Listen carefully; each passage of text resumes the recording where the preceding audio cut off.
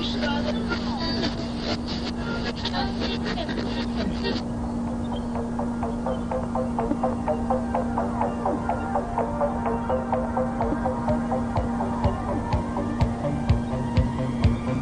evening, everyone. You're in the right place at the right time. This is Coast to Coast AM, blasting out of the Mojave Desert like a Scirocco, blazing across the land, slamming into your radio like a supercharged nanoparticle of unobtainium. Greetings from the boldest, bawdiest, most outrageous city in the world, the planetary capital of sun, fun, sin, sex, and secrets, my not-so-humble hometown, Las Vegas, Nevada. My name is George Knapp, your occasional host, designated driver of the airwaves, and moderator of tonight's upcoming cacophonous cavalcade of conversation. Someone please send us a gigantic iceberg plucked from the Arctic and send it here to the Southwest. We're on fire, literally and figuratively. A toasty 109 today in Las Vegas, hit 115 yesterday. That's more than 20 days in a row of 105 or hotter. And yes, I know it's summertime, so it's always hot in the desert. Just seems more than a bit excessive so early in the summer. I have an apple tree in the backyard, went out to check on the fruit yesterday, found the apples were baked on the tree, just fried right there on the limbs. Ditto for the grapes. Even one of our cacti burned up, and when cactus starts dying from the heat, you know it's hot. And I'll tell you, it's not just the desert experiencing harsh weather, of course. Heard from coast listeners tonight living up in the Pacific Northwest. They say it's way too hot there, unseasonably warm, way too dry, no rain, the snowpack is gone. And, of course, we know we've read about all the major storms, not hurricanes, but tornadoes ripping up the East Coast and the Southeast. I mean, it seems like the planet is hot and bothered and angry. And in keeping with that theme, we have a hot show for you tonight, which you can listen to in the air-conditioned comfort of your home or car or big rig truck. Tonight we cast a very wide net, trying to scoop up a bounteous harvest of paranormal mysteries. And the reason we'll cover a lot of ground tonight is that our main guest, documentary filmmaker Jeremy Corbell, has so many irons in the fire, projects he's working on that have introduced him to some of the most interesting, controversial, and charismatic figures in the realm of UFOs and conspiracy topics. One of those is the godfather of conspiracy himself, John Leir, my neighbor here in Las Vegas, and someone well known to the Coast audience. It's been quite a while since we've had John on the program, but he'll be here in this hour, in part because he's the focus of a project years in the making, a film called Immaculate Deception, which is the project that got Jeremy Corbell started down this strange, dark, and sometimes twisted path. Later, we'll hear from an important new witness in one of the central controversies of ufology, the Bob Lazar story. I'm not going to spend a lot of time retelling that story. You've heard us cover it on the show many times in the past, including earlier this year. Tonight, we'll hear from a scientist, no question about his credentials or experience or clearances, who says that he remembers working with Bob Lazar back in the 1980s. And I think it's going to be tough for skeptics to disregard this, I think. Then we will delve into the weird world of alleged alien abductions. You'll recall the late Dr. Roger Lear, a favorite guest of ours on this program. Before he died, Dr. Lear took one last object out of the body of a suspected abductee, a man known only by the name Patient 17. He's the subject of another Jeremy Corbell film. Tonight, Patient 17 will join us live on the air. First time he's done anything like this, and you can hear his story, his testimony, for yourself. And then, finally tonight, a scientist we'll call the Nano Man, brilliant guy, working on cutting-edge technology of various types, who has discovered something strange, something he cannot explain, a technology that he says is beyond anything made on Earth. We will hear from Nano Man in Hour 4 tonight. It's a full plate, as you can tell, and add to that our Knapp's news section, compiled from all over the place by webmaster Tim Binnall and me. You can find it on the Coast website. Included in tonight's collection, more on that infamous story about Jackie Gleason, Dick Nixon, and the pickled alien. Also an item about how ancient Greeks worried about the walking dead, and by that I mean zombies. A piece about abductee fears, plus sleep paralysis, and a lot more. While you're there on the website, check out how to become a Coast Insiders. The cost is pennies a day. Gives you access to a vast archive of previous programs. You can listen at your convenience on a variety of different devices. It's a really good deal. We have so much material to cover tonight, so let's get to it. Crank up the AC, folks. Slip into those silky jammies. Kick back in the Barca Lounger and fasten your seatbelts. Back in a moment with Jeremy Corbell and then John Lear. I'm George Knapp, and this is Coast to Coast AM. Welcome back, everyone. We have a good one tonight, and here we go. Jeremy Corbell has traveled an interesting path on his journey to coast. For much of his life, he was a world-class jiu-jitsu teacher and trainer. He had schools and conducted seminars all over the world.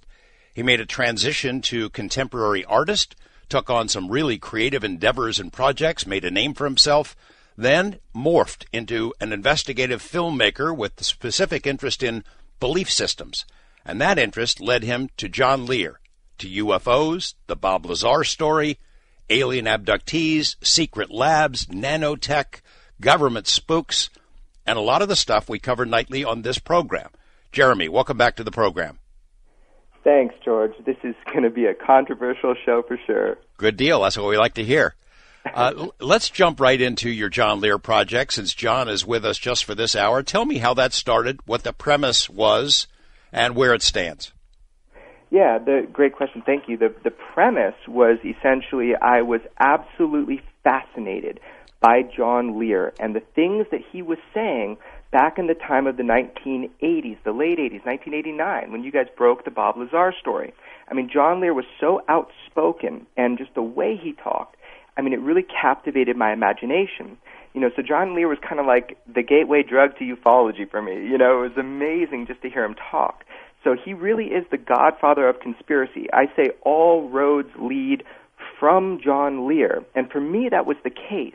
The moment I engaged John and he allowed me to turn that camera on, which was not an easy task. I mean, John, really kind of kept a distance for a long time, but let me finally turn on that camera, and it was like a whole world of conspiracy opened up to me. So John really was the nexus and the starting point for all of the investigations that I found myself involved with.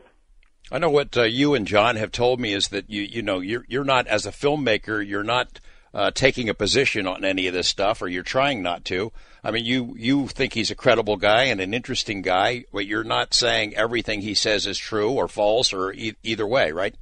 Yeah, I mean, John and I kind of, we've known each other for a while now. We kind of got at each other about this. And no, I can't, claim to believe everything John says. But what has maintained and kept my fascination is certain things that John has said I have been able to prove. And, starting from how he helped reveal the stealth fighter through, your mentor, Ned Day, he was the guy sitting out by Area 51 taking photographs. He has this image of Area 51, and why it's different than even the best image today that's on Wikipedia is because he took it from ground level. I mean, this is amazing. This is a story I don't know if people know, but John Lear took an image. The only barrier between him and Groom Lake was a chain. Yeah, I've seen that photo. I've used that photo. I've stolen that photo and used it. It's no one will ever get that again, because no one will ever be allowed that close to Area 51. Never. So where the film is Immaculate Deception, where does it stand? Yeah, so let me clarify that. I've been getting, I'll call them love letters, right? I've been getting a lot of letters from people. As an independent filmmaker, what I do is I focus in on a subject. Now, everybody can admit John Lear is not the most simple of subjects. There is such a depth and breadth to his story. So I have been filming with John consistently for years now. And this is bigger than a single movie. So those of you holding your breath for Immaculate Deception to come out as a 1.5-hour movie, stop holding your breath. This is something bigger. I think that we're going to, let it out in a series or something like that. Right now, all I know is I have some incredible moments with John Lear over all these years, kind of intimate moments of who he really is, and that's what I'm interested in as a filmmaker. So, for example, I just put up, people have not even seen this, but a trailer for the film footage, and also a couple of extra bonus clips. So basically, the status of the film work with John is time is going to tell. But at this point, I'm just starting to leak out the footage. So you can expect that consistently over time, and we'll see what form it takes. Okay, so where do you see that stuff? Where is it? You can go, like, on my website, my primary website, extraordinarybeliefs.com, is everything for Coast listeners. I mean, just anything we talk about tonight, just go there. That's it. Everything is there. I mean, I posted all this, like, secret stuff for you guys. So just take a look. It's a Pandora's box for your mind. Well, let's jump into and bring on the guy we're talking about. John Lear is a retired airline captain, former CIA pilot, son of a famous inventor of the Lear jet, of course. He's a Lockheed L-1011 captain, highly regarded in aviation circles, has flown more than 150 test aircraft, has won every award given by the FAA. He holds 18 world speed records, worked for 28 aircraft corporations, and as we know, during the late 80s and early 90s, he got involved in UFOs and conspiracy stuff, and that's what he's best known for. Let's bring him on. John, welcome back to the program. Hey, thanks. Nice to be here, George. You know, part of what's covered in the film, as we've been hearing, it's still under construction, but it's your early interest in UFOs, and that's the part, that era that really interests me, of course. It's when I first got to know you. You had done all this stuff that we just mentioned, but now you're known primarily for conspiracy and UFOs. Tell me about the early part of your journey, how you got started down that path and how you collected information back then. Well, I was taking some flight instruction down at Hidden Hills, which is a small airport south of Pahrump, and had been interested in UFOs, or actually in the SR-71, and was collecting material on it. And I had it located at the Nevada test site, but I didn't know exactly where. So one day we're talking about it at this little airport, and somebody mentioned Area 51, and I said, "What's that?" And he said, "Well, that's where they test these airplanes." So I went back and got out all my maps, and sure enough, there was an Area 51, and right in the middle was Groom Lake. So I started focusing on that, and sure enough, there it was. So in 70, I guess it was the summer of 77, I was then running the airline called Bonanza Airline 2, and I got a couple of my friends, and I took them out to Groom Lake, and I didn't tell them where we were going, but we got early in the morning. We left Las Vegas, got up to Groom Lake about 6 or 7 o'clock, and at that time there was no gate. There was a chain link fence down at the lake bed itself. So we went down and took a lot of pictures, and we saw a little trail of dust coming our way, actually 2 trails, and we figured somebody was coming over to check us out. So what I did was take another roll of film and put the first one in the glove compartment and left the other roll of film in the camera. So when the guys came up, they said, "What are you doing here? Are you the news folks?" And we said, "No, aren't we supposed to be here?" And he said, "Hell no, you're not supposed to be here." And so he called somebody else on his little radio, and pretty soon another guy came out, and they took our driver's license and social security number, and there was a big hassle there for about 30 minutes. And the guy, I said, "You probably want this film." He said, "Yeah, I need your film." So I unwound, in that days it was a Nikon, unwound the film and gave it to him. Of course, didn't tell him about the other film that was in the glove compartment. And then they gave us a little briefing. They said, "We want you to leave here, go back to Vegas. We're going to call you next week, and you'll get a briefing, and then another briefing." And so we left. We never did see or hear from anybody. And that was the beginning, and those are the famous pictures that I took of Groom Lake. That's a MiG-21 sitting in front of the hangar there. So you were not looking for UFOs at that point. You and Jim Goodall and the Interceptors, you guys became interested in a base that wasn't on the map, that officially didn't exist. You start looking for weird, advanced secret aircraft, right? Right. That was what we were looking for. And you helped break the story of the stealth fighter, made it, slipped it out, made it worldwide news. That's why you had credibility with us. I know in the beginning. So then you become interested in UFOs. Is that because you heard it from some of your sources? Because, I mean, as I mentioned, you knew people everywhere in the aviation circles, military, intelligence, CIA, all over the place. Yeah, I'd heard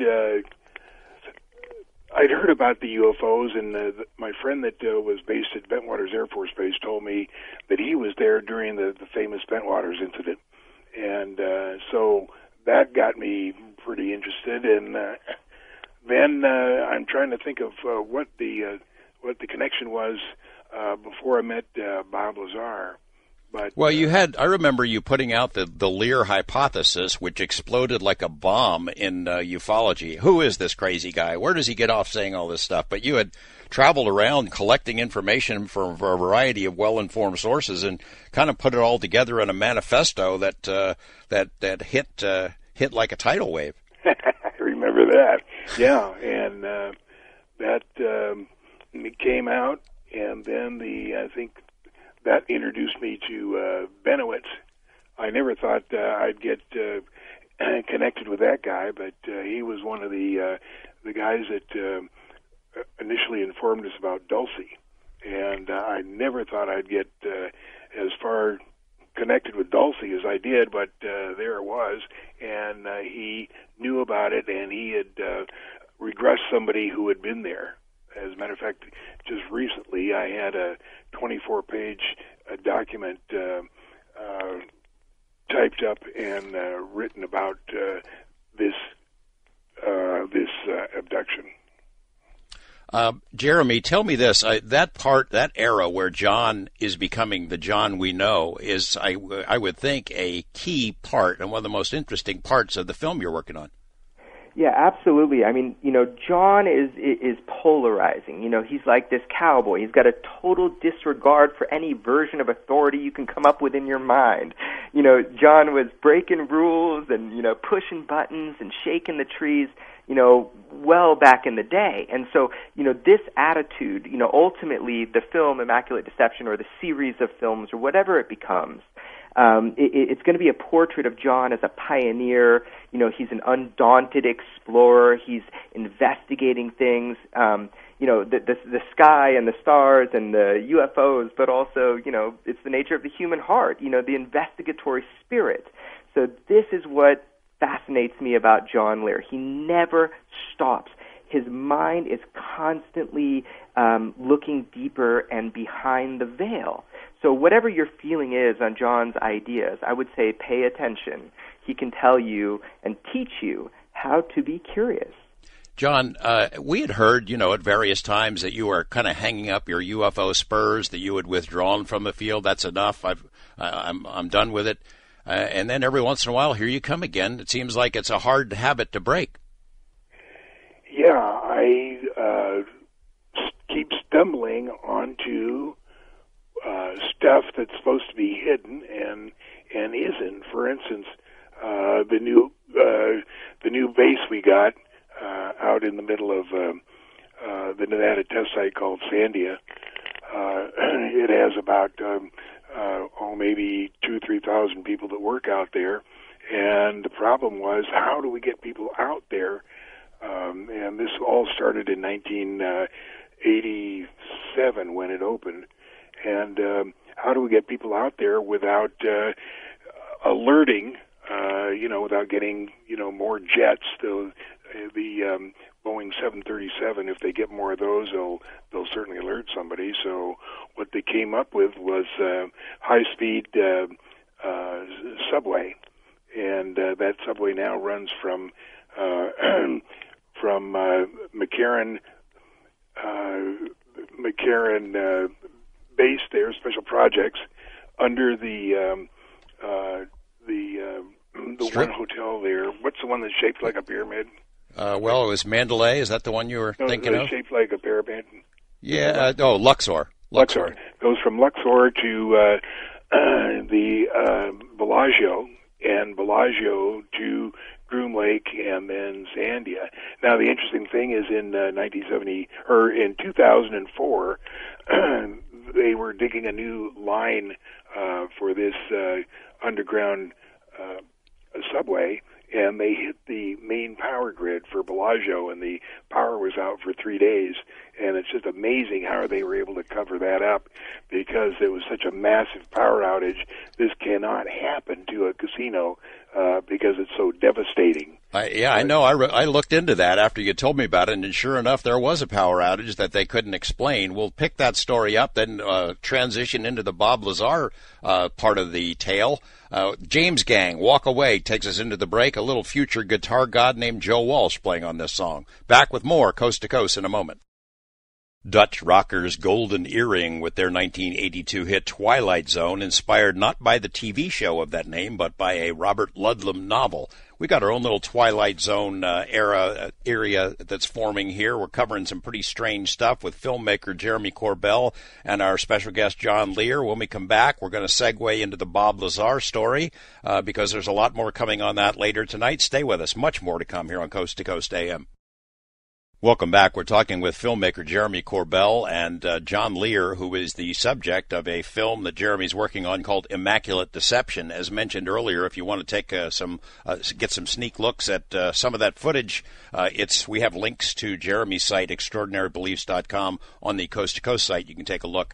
In the meantime, though, I hope you'll look later and let us get back to our conversation with John. John, as you know, earlier this year, Bob Lazar was sort of lured out of seclusion and made an appearance at a UFO conference. First time he's done it. And, it sort of raised all these issues again. Of course, as you know, Bob's story and your role in that story put Area 51, Groom Lake, S4 on the map of the world. But the suspicion is that, and you've heard it many times, that you are the Svengali who cooked this up, that Bob went along with your grand designs, your Machiavellian scheme to mess with our heads. Can you talk about that a little bit? Yeah, well, the way it really happened was I had given a lecture at the Spring Valley Library, and people were so interested. My house was just devolved with people wanting to know more and this and that and so on. Anyway, I got a call, and my wife ended up hiding all my files and changing my phone number and all of that. But what happened was that I got a phone call from a guy named Gene Huff, and he said, John, I'd like to get some of your copies of your tapes and papers. And I said, well, Gene, I'd like to do that, but my wife has temporarily hidden them, and I don't have access to them, but if I ever get them back, we'll work out something. He says, okay, well, I'm an appraiser, and I'd like to work out a deal where I'll trade an appraisal of your house for all of your copy of all your stuff. Well, this was great because I was just looking for an appraisal to get my house reappraised and get some money to get a second mortgage. Anyway, I make a appointment, and Gene Huff comes over to my house with this guy named Bob Lazar, and he introduced Bob as a scientist that used to work at Los Alamos, and Bob handed me a folder that had his degrees. The one was from MIT and one was from Caltech. I put them behind my desk, and from there they disappeared and never saw them again. Anyway, me and Gene Huff started talking about UFOs, and Bob was just rolling his eyes. He couldn't believe anybody could be so stupid as to believe in that stuff. But we tried to, over the next 4 or 5 months, tried to get Bob to cut us some slack and look at our information, and there was, I think, 3 major points that Bob came up with, and one was the evolution of the stuff called. I'm trying to think. Was it a bunker buster bomb or? Yeah, the bunker buster bomb. Or I forget what that was called. Anyway, Bob was to find out the validity of that and several other things. And he thought, well, maybe I'll just try to get a job at Groom Lake. And I was over at his house when he called Dr. Teller. I got a hold of him at Livermore, Lawrence. You were there at his house when he made the call? I believe that's true, yeah. I was there. And because I remember him saying to Dr. His wife? Teller, okay. do you want to work in California with me, or do you want to work out at Nevada? And Bob said, I want to work at Area 51. And I thought that was a little presumptuous. Yeah. But anyway, it turns out that Bob got a phone call several weeks later, and it ended up that he started getting these interviews at EG&G. And I remember the second interview, he would come over to my house and tell me what they asked at the interview. And I remember the first one, he said he aced it because he had done such a good job. And the second one, their first question was, do you know John Lear, and what's your relationship with him? Well, that's the part that people have trouble with. I mean, Jeremy, you've dealt with that issue. Is that why would they hire Bob Lazar when he knows John Lear, and John Lear's raising all kinds of cane about UFO stuff? Yeah, I mean, put me in that category. I came into this completely expecting that these guys had concocted everything and they were working together. I quickly learned that that is in no way the case. And in fact, reality is stranger than fiction. I mean, it's just amazing how these things went down. And the way they've all told the story, I mean, each individual, and that's what I'm trying to also reflect a little bit in my film, is the difference, I guess the different angles of vision and how they all kind of come together. It's one thing to hear John say it. It's one thing to hear Bob say it. It's one thing, if you ever can, to hear Gene say it, you know, but when all the stories collide and they come together, although slightly different, the truth comes forward. And these guys did not concoct it. The way they said it is the way it happened. And it's hard to believe because it's extraordinary.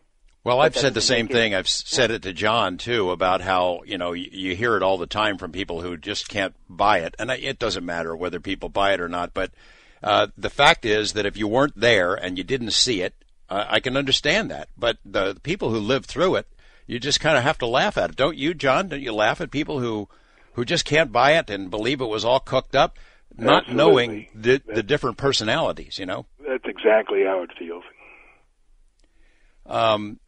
Where do you think that stuff is now, if the technology was at S4? You have any thoughts on where it might be or what they did with it? The technology? Yeah. You're assuming it's not there anymore? Well, I don't know. Is that your answer? You think they left it there? I really don't know. There's it's an old base. It was built the same time as Groom Lake. It's 44 miles south of Wendover, and that's where they have the black triangles. They fly out of there, and there's a lot of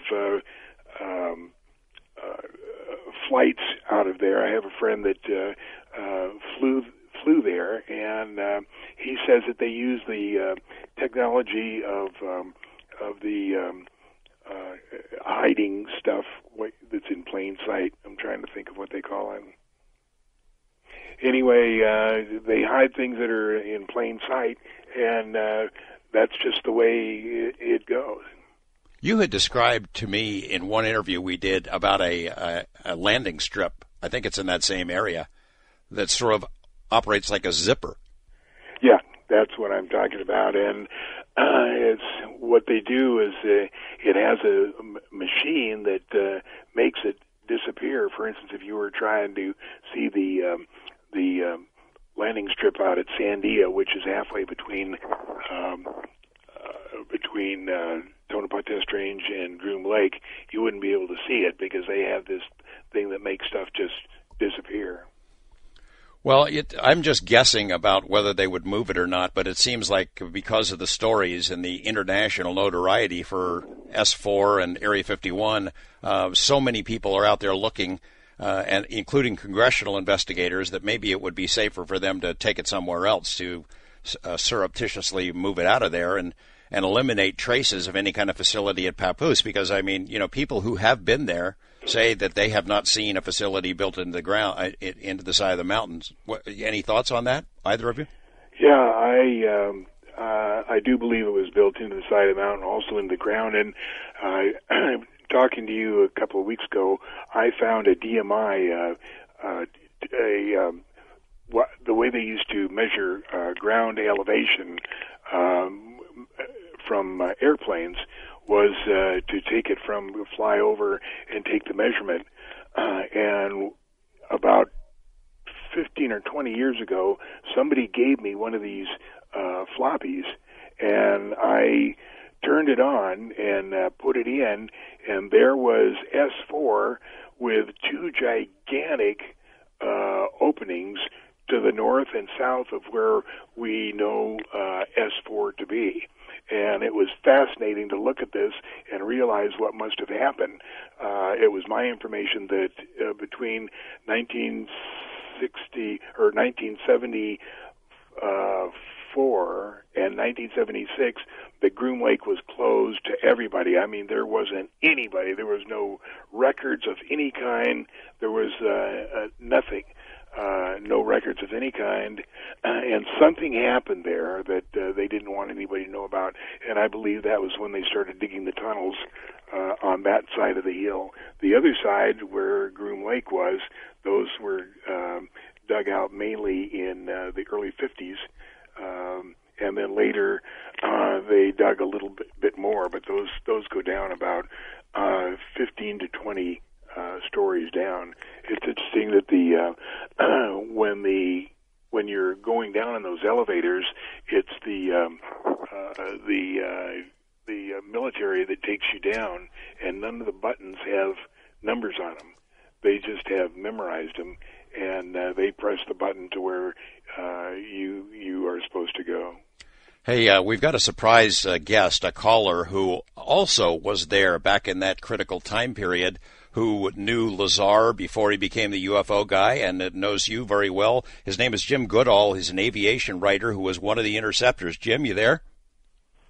Yes, George, I'm here. This is my first time calling in. There you go. We're glad to have you. Yeah. Now, you, of course, know John really well. You were there in those days. You saw this sort of unfold as well in the beginning. Do you think it was all cooked up by John and Bob? No, I've known John for about 40 years, and I think it was early 89, we were out near Tonopah, and we were going out, snooping on the government, and an F-117 flew over us near, Scotty's Junction, and we got all thrilled, and we ended up going down the back road to Groom Lake, and got buzzed by an A7. But on that same trip, I was able to photograph a couple F-117s going into TTR.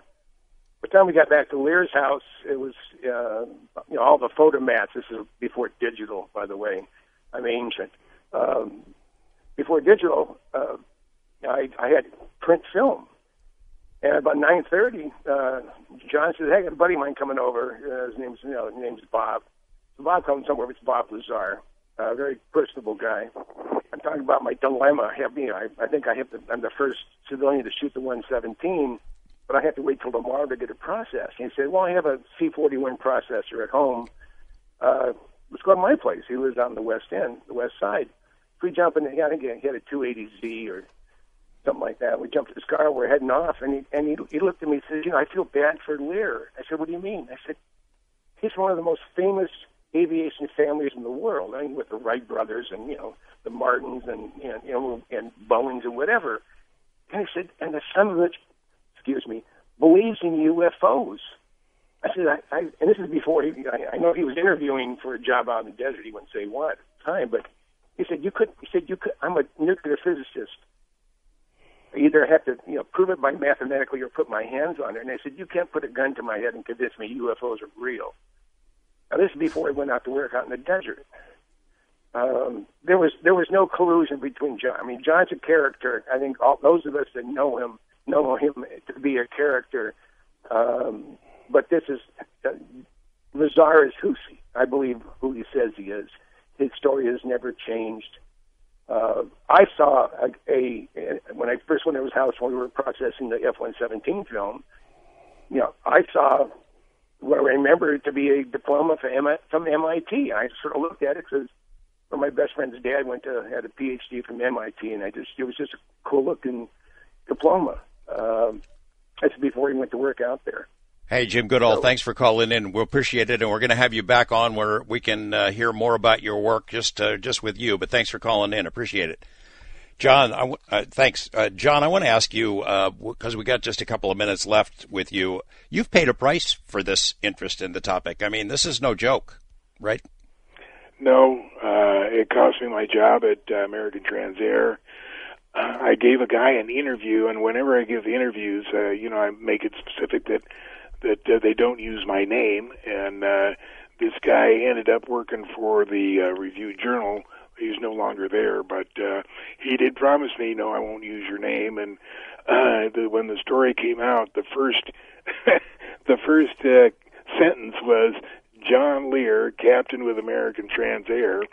Well, I got a call that day from my boss and told me to come to Indianapolis where our base was, and he says, we can't have people that believe in this stuff flying for us. You're fired. And so they gave me 6 weeks pay, and I went up to Detroit and started into the cargo injury. It was a lapse of about 2 months, but I got back in. I see your name pop up in a variety of conspiracy-related stories. I mean, you keep a hand in a whole range of topics. You're still active, and I hope you will be for a long time. Yeah, and by the way, I wanted to say hello to my daughter Allison, who's listening, Allie, and my grandson Damien. And just on the stuff that we've uncovered here in the past couple of years, going to Reno, we kept seeing these signs saying Underground Naval Test Center. Well, we find out that the Navy has been able to navigate under the 15 western states in the United States with their submarines. And one of their stops is Hawthorne, California. They go to pick up new ammunition and stuff. The other thing we found, or two other things, is Newton's law of universal gravitation is wrong. It's absolutely wrong, and there is no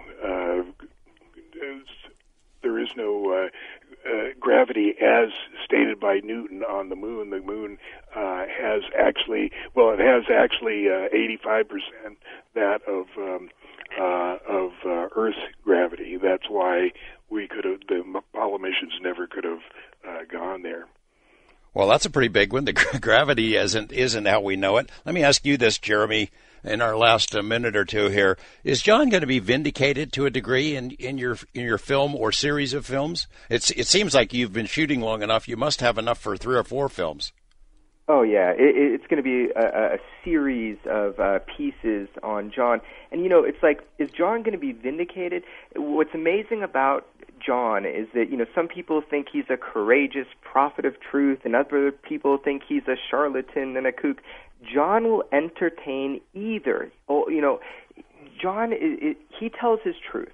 He puts it out there. It's up to you to look at it and decide and investigate yourself. So is John going to be vindicated? His life is vindication. So much of what he said. I would say there is buoyancy to, his ideas about the, subs under the earth. I mean, that's all I'm going to say. But I'll say that John has told me some things that sound outrageous.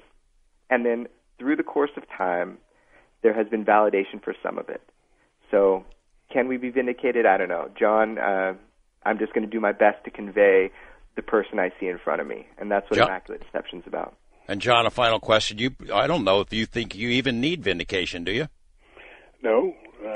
Everything's just fine with me. And anything else that you're working on that you want to tell us about? Anything cool coming down the road?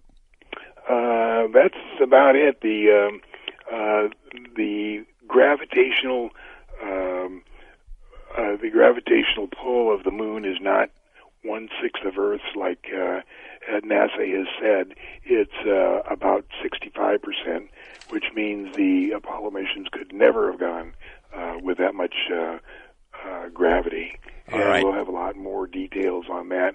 But what that essentially means is everything that NASA has ever told us about the gravitational pull of the solar system is wrong. All right, John Leir, the one and only. We'll have you back and talk about that in greater detail. Thanks for joining us. It's been great. And Jeremy Corbell will be back in a moment as well. Talk a little bit more about the Lazar story. For all you revolutionaries out there, Jefferson Airplane volunteers. Bad Company, Burning Sky from 1970. The song is appropriate in more ways than one. Tonight, our guest, Jeremy Corbell, is coming to us from Pioneer Town in the high deserts of Southern California. And that area has been in the path of these gigantic wildfires this week, but was spared by the hungry, billowing walls of flame and smoke. Jeremy is at the Pioneer Town Motel, and he tells me there's a celebration underway at the famed Pappy and Harriet Saloon, where they're all listening to the program tonight. Among the revelers are a few dozen of the firefighters who've been out there in the heat battling that blaze this week. Glad you're all with us. That is a cool little town, and that area, of course, has a great UFO history of its own. George Van Tassel territory, if you know that name from the early days of ufology and the contactee movement. As I mentioned at the top of the program, our guest Jeremy Corbell has followed some strange paths in his quest to put together these investigative films. He's dug up some new sources of information on the various topics of interest to Coast, and when we come back, we're going to hear all about one of them. Stay with us. A lot more to come on Coast to Coast AM. Back with Jeremy Corbell. Jeremy, one of the sort of roles that's kind of been thrust on you, whether you wanted it or not, is a defender of the Bob Lazar story. And I want you to share with us how the Lear story sort of led to that. And, I guess we could mention that you've been into sort of a back and forth dispute with Stanton Friedman. Stan's not here tonight, so we're not going to go into detail on that, but you guys have gone back and forth about the Lazar story, and I imagine it's weird for you to be in the position where you're out there on the edge telling Stanton Friedman that he's wrong about it. Yeah, look, basically Lazar is polarizing. The story of Lazar is polarizing. I just think it's wrong to say someone's pro-Lazar or anti-Lazar. I mean, that even messes it up more. Right. Essentially, what really inspired me to look into this is that the evidence became weighty. There's just simply, if you look, especially within the 25 years of time, over time, the evidence is just more in favor of the uncomfortable possibility that Lazar is telling the truth than it is against it. And you have to look at all of the evidence, not cherry pick it, not stay in the past. And so it's not just one individual. It's the entire logic flow of people who do not look at the evidence for themselves. And I unfortunately peeked behind that curtain, So I am thrust in this position. I did not ask for it. And look, I'm not fighting anything. I'm following the truth. Ufology is not a popularity contest. Ufology is about following the evidence, and that's all I'm doing. We just heard John Lear say that he had seen Bob's degrees, and I've never heard that before. I've never heard anyone who said they had seen Bob's degrees, and it's a sort of a central issue with Stan Friedman and others who say that Bob is not telling the truth about where he went to school, and I have dealt with that issue over the years to say this, and for me, the key issue was whether or not Bob Lazar really did work at Los Alamos National Lab. If he worked there in a scientific or technical position, if he had security clearances, then I think that could justify the idea that he could be hired to work at a place like Area 51. So that was always a central question. And as you know, the lab denied that they had any records. This went back and forth for a couple of years. I know he was there. We've interviewed people he worked with before. None of them would come forward. We found his name in a phone book. We found a newspaper article with him on the front page and a picture of him saying he's a physicist out there. We know he was there. But now you've found something that bolsters that case in a major way. Tell us about it. Yeah, I mean, before we get to that, I just want to say, I mean, look, George, you have cracked this case wide open for 25 years nonstop. You have been privy to information that most people haven't. You know, off the record is one thing. On the record is another. I can say also for myself, I've been privy to information off the record, but to have somebody come on the record and talk about it, because usually people are worried about losing their contracts, their jobs, or their associations, and so that's the problem. Now, I can sum it up really simply for everybody that kind of looks at the Lazar case, and I understand, because, you know, essentially, look, Los Alamos and Nellis Air Force Base have not been willing to confirm, you know, Lazar ever worked there at either location. And in such a situation, skepticism is not only healthy, but it's required. But I no longer have the luxury of disbelief, and that's for a number of reasons. But the logic flow goes like this. People say because they can't verify Lazar's educational claims, then Lazar is not a scientist. Then Lazar did not work in scientific capacity at Los Alamos, and then they say thus, Lazar is too unlikely a person to have been selected to work at S4. I mean, that's the logic flow. Yep. And it all stems from the original idea that they can't verify Bob's educational claims. Well, my logic flow is different. I accept I can't verify Bob's educational background. I mean, many great masters have tried. However, if I could put him as a physicist at Los Alamos in the 80s, not a janitor like people would like to try to throw out there to disinform people, just, basically if he worked there in scientific capacity in the 80s, then this is an essential link to why he might have been employed at S4, which you and I both know exists. Right. So who'd you find, and how did you find? All right, well, this was, kind of wild. I have these little kind of web searches, these little bots that basically go and pick out keywords and conversations, and I look for anything that involved the cases that I'm looking into. And sure enough, it was actually, I think it was through Facebook, and I found this guy named Paul, and he just made this off-the-cuff kind of comment in one of these, little open blogs, and he says, well, my neighbor, he's a scientist, and he's worked at Los Alamos in the 80s, and he just kind of mentioned to me that he knew Bob Lazar back in that time. And I just, this is too good to be true. Are you kidding me, So I find this guy, I befriend him, we start talking, and he actually put me in touch in Albuquerque, New Mexico, with a scientist out there, not a ufologist, not somebody who's even interested in this field. And the poor guy didn't even know why I was being put in touch with him initially. It was just there's a filmmaker who wants to talk with you. So through this kind of strange, I sought him out. Other people seek me out. I sought him out. And he didn't know what I wanted to talk with him about. And then I opened up the door and started asking him about his background, where he worked, and what his experiences were, and have you ever met Bob Lazar before? And that's how it all started. Why don't you set up what his credentials are and where he worked? We're not going to play that little piece of the audio. We're going to go to audio clip 3 and then 4. But in earlier clips, number 2, that you made available to us, he describes his depth of experience. So can you summarize some of that? Yeah, no problem. So the man's name is Dr. Robert Krangle, and he works out of Albuquerque, New Mexico. He's an engineering physicist, is how he describes his work. That's practically what he does. As far as his credentials and everything, he was able to supply me with numerous, IDs from his work at China Lake, Kirtland Air Force Base, Los Alamos, Sandia, Manzano Weapons Storage, even Homeland Security information from New Mexico Tech. Energetics Materials Research and Testing Center. I mean, he validated to me this is the real deal. The guy's a scientist. He's worked in these capacities. I've seen contracts the best I can. I know the man is he is who he says he is.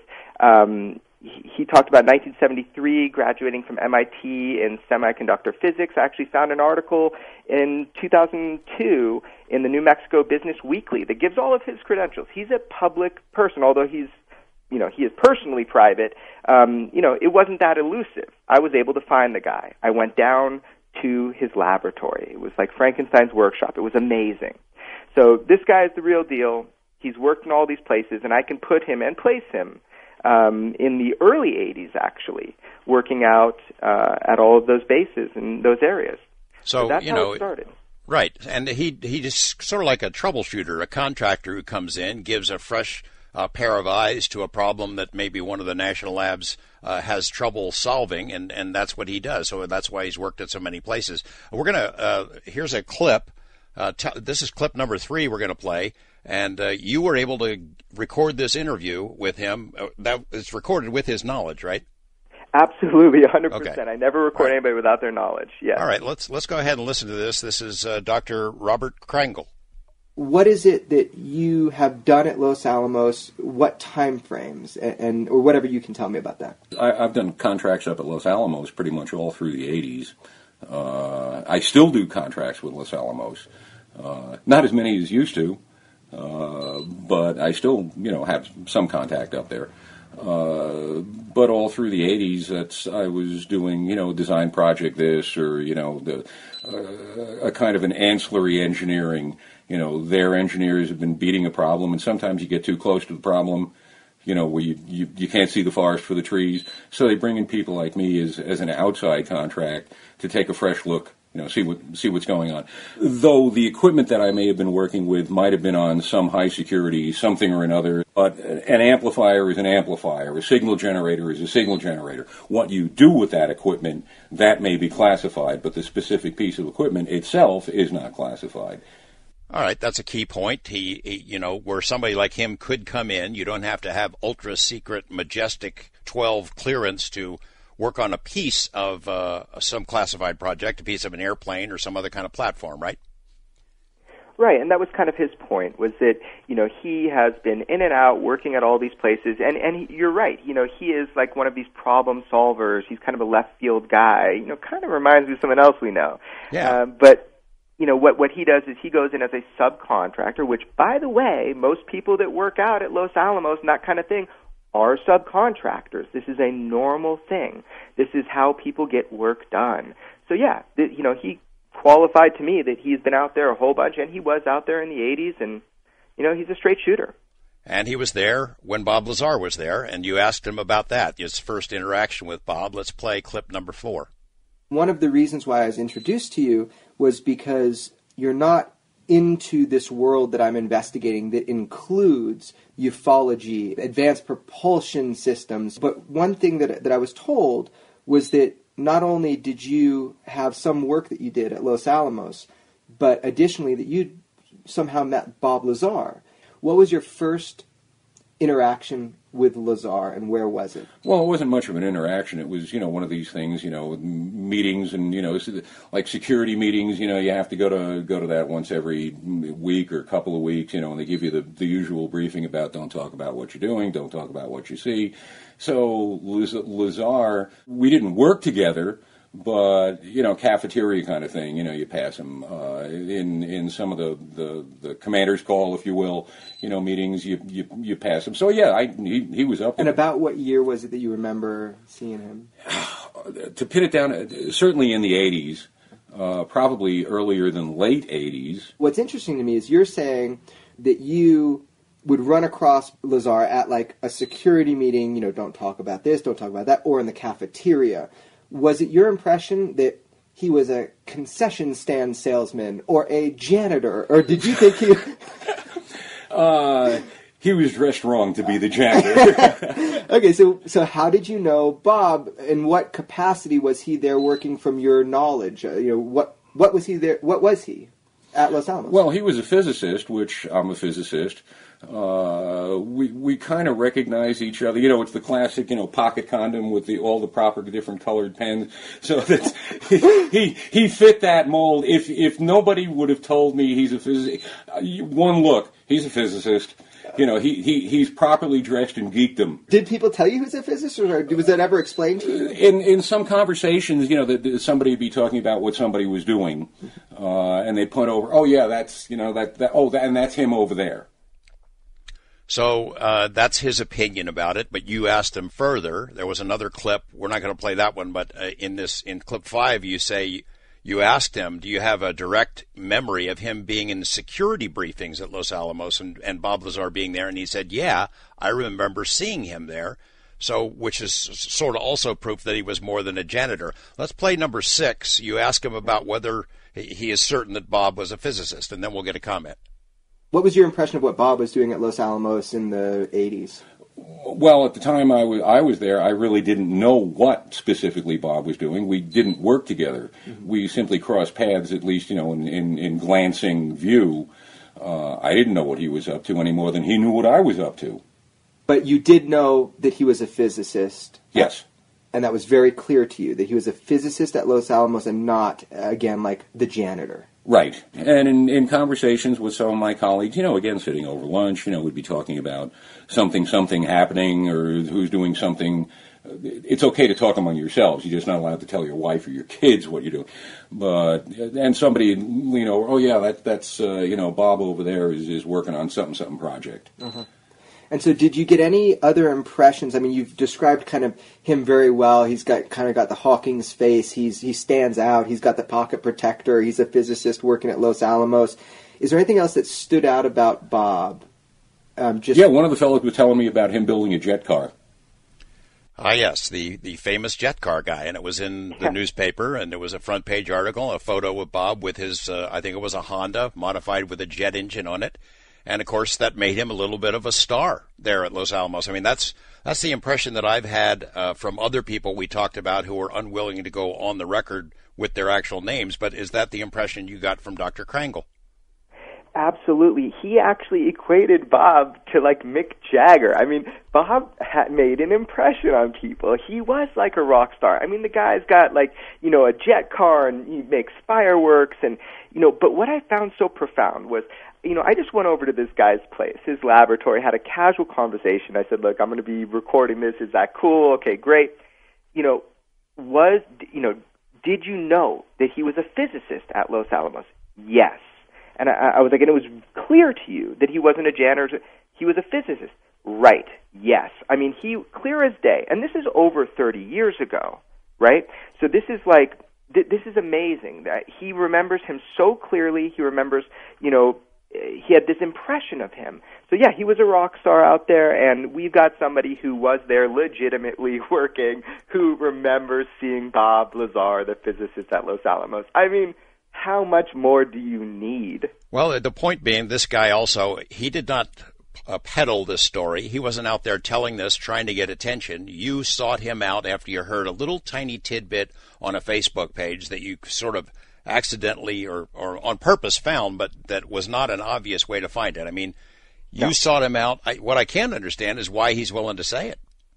Yeah, well, I asked him about that. We talked the other day when he was sending me, some of the proof of who he is and what he did and, his legitimate access to places. And, basically he said, look, he's just one of these renegades. He doesn't make his entire living off of these contracts at Los Alamos, although he just had a current one.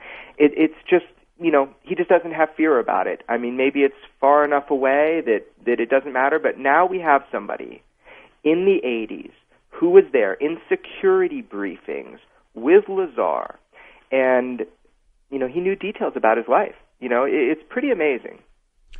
I was just wondering if Dr. Krangle isn't worried about repercussions himself. We'll hear a little clip about that on the other side of the break, but, I mean, he's seen what has happened to Lazar, and the beating he has taken over the years. Now here's Dr. Krangle, who still works for these outfits, who has contracts with them.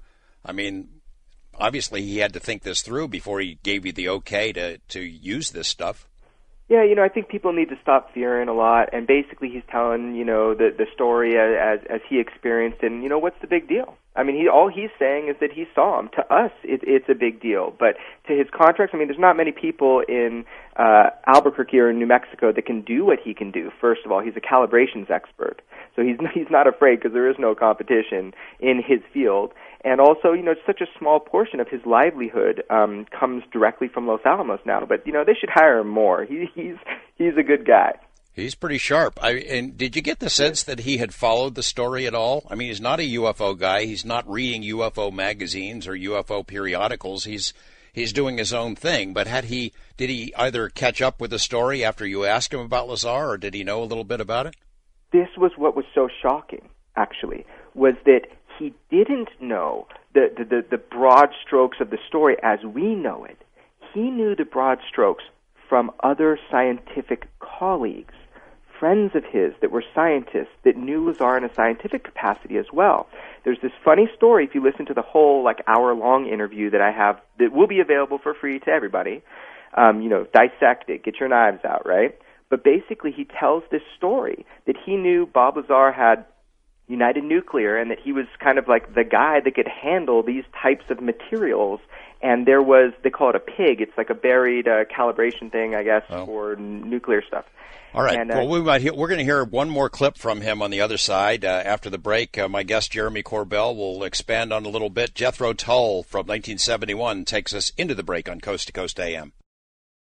A classic, You've Got to Hide Your Love Away, the Beatles. John Lennon wrote that song during what he called his, quote, Dylan period, inspired, of course, by Bob Dylan. The song was released 50 years ago this August, so still sounds really good. We're talking with Jeremy Corbell, investigative filmmaker, documentarian, about this witness, Dr. Krangle, that he dug up and got him to talk about Bob Lazar being in Los Alamos. A lot of people still have trouble with the story, of course, and when we come back, we'll hear one more clip about the consequences for stepping forward and talking about stuff like this. Bob Lazar certainly paid a price, and we might have a special guest calling in as well. So a lot more to come in this hour and beyond on Coast to Coast AM. Welcome back to Coast. Jeremy, I guess our mention of the saloon there in Pioneer Town went over pretty well in the town itself. Oh, yeah, you can hear the cheers through the mountains here, man. Pioneer Town's amazing. I should also mention that if people want to hear the entirety of this interview with Dr. Krangle, you posted these clips on your website, the same link that we had mentioned before, and which is posted on Coast to Coast. I guess the most interesting stuff is what we're going to hear now, which is him talking about the consequences of revealing this kind of information. I mean, it sounded like from reading the transcript that it's something that he's really pondered in detail. Yes. That's the impression. Well, we'll play the clip and then you can talk about it. It's number 7. We can play number 7. It's so fascinating to me to talk to somebody who's not, drank the Kool-Aid, knows the whole story, and is really into it, and just says, I worked there, I saw Bob, he stood out to you somehow. And I understand how Los Alamos would blackball him. He committed professional suicide. In what way? By doing that video that he did where he was talking about, the craft that he'd had exposure to. He went into quite a little tutorial on how an antimatter engine might work, which is how they would get enough power and energy in that craft to do what they wanted to do. And he broke the code. He broke from the fold. He talked about it. That's it. That's a death sentence. And why is it a death sentence? Within that security community, that's just that mentality that's up there of don't talk about what you do. By Bob publicly talking about his experience with the work that he did, not at Los Alamos, but south of Groom Lake, he was committing a sort of professional suicide. Because you get blacklisted for doing that. That's right. Saying. Jeremy, did you get the impression from Dr. Krangle that maybe he had worked on some exotic technology himself? What is he watching his P's and Q's, kind of? If you listen to the entire interview, which as you said is available, you will hear a little tone in his voice. He is not willing to break from the fold. So if he's seen something or been involved with something, he's not willing to do that. He saw what happened to Bob, and that is something that he is not willing to do at this time. So we'll have to leave that for another time and see. But essentially, I found that fascinating too. He knew about Bob through other colleagues, not through the internet, not through UFO conferences, but through scientific colleagues. People talk. People that work together talk. And that's how he knew about Lazar. And he compared him to Edward Snowden, a comparison that others have made too. Yes, he sure did. That he was like Snowden, a whistleblower who, whose life was changed forever. Yeah, he made that really clear that, he at one point kind of, and you can hear it, he took me, and said, look, it's like Snowden. He came forward with this information, he broke from the fold, and what do you do after that? I mean, open United Nuclear, apparently. You and I both gave Bob Lazar a heads up that this was coming, that this guy was going to step forward and say some things about knowing him back there. We let Bob know and his colleague and friend Gene Huff know. And Gene's on the phone. I wanted to get his reaction to what we just heard. Hey, Gene. Hi, George. Hi, Jeremy. How you doing? Hey, Gene. So give me your take on the audio clips that we've been hearing in this hour. I think it's very interesting. And what's great is he knew Bob long before the S4 matter came up. He just knew him from Los Alamos. Although many of us, didn't have doubts about Bob being there, it's great to have additional support. Jeremy, I think what would be interesting is these people that knew of and saw Bob Lazar at Los Alamos in the early to mid-'80s, I would love to know what they thought when this national story surfaced and Bob exposed that he had been in the back engineering program of the flying discs, and how all these other scientists reacted to hearing that after having previously worked with the guy.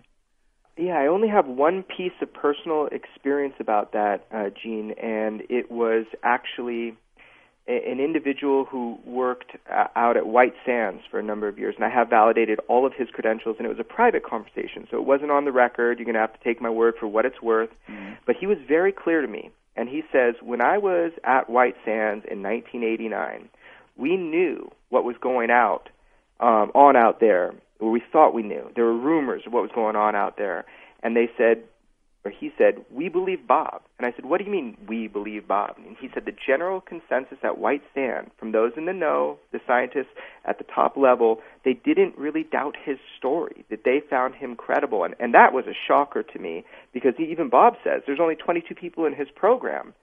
But it has been my experience talking to people who absolutely were in a position, for example, at White Sands, in personal conversations.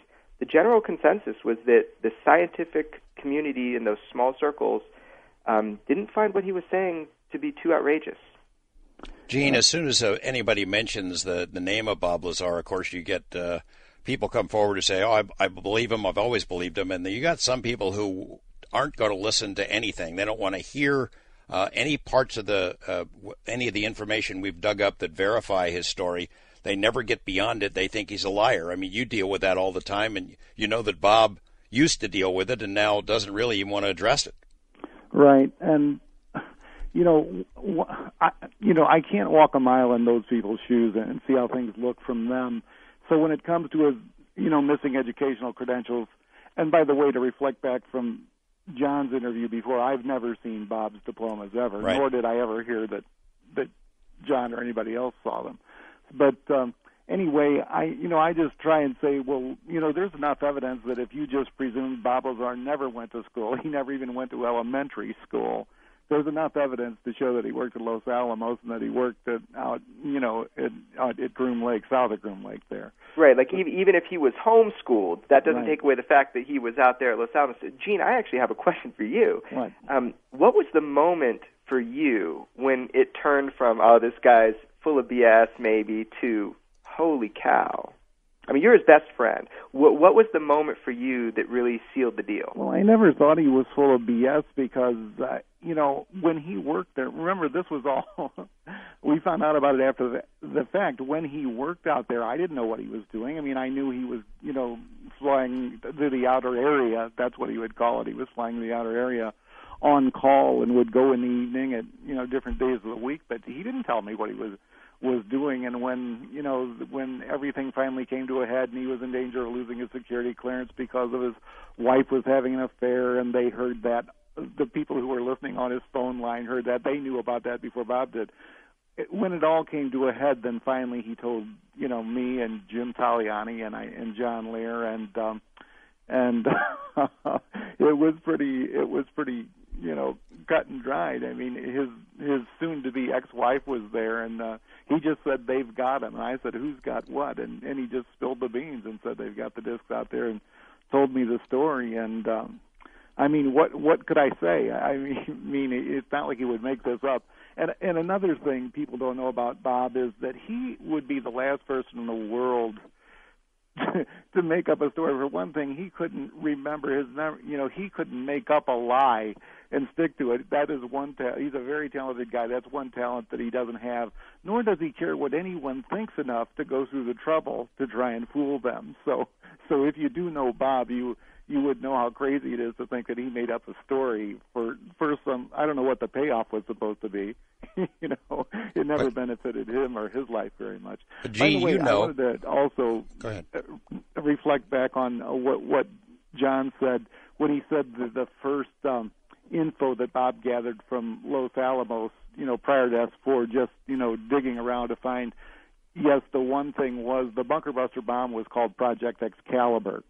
And another thing he found was something about a YY-2 facility, which was a double Faraday shielded, to keep electronic communications or signals from going in or out under a cliff down at Los Alamos. And also he found out that they were working and machining with a substance that was called LA-1000, which Bob did not know then, but later he found out the LA-1000 was the 115 that powered the flying discs, and they were doing the machining of that down in Los Alamos. Wow. So, we've been down this road before. Bob doesn't go to any trouble to convince anyone that he's telling the truth. He doesn't care. It drives people crazy.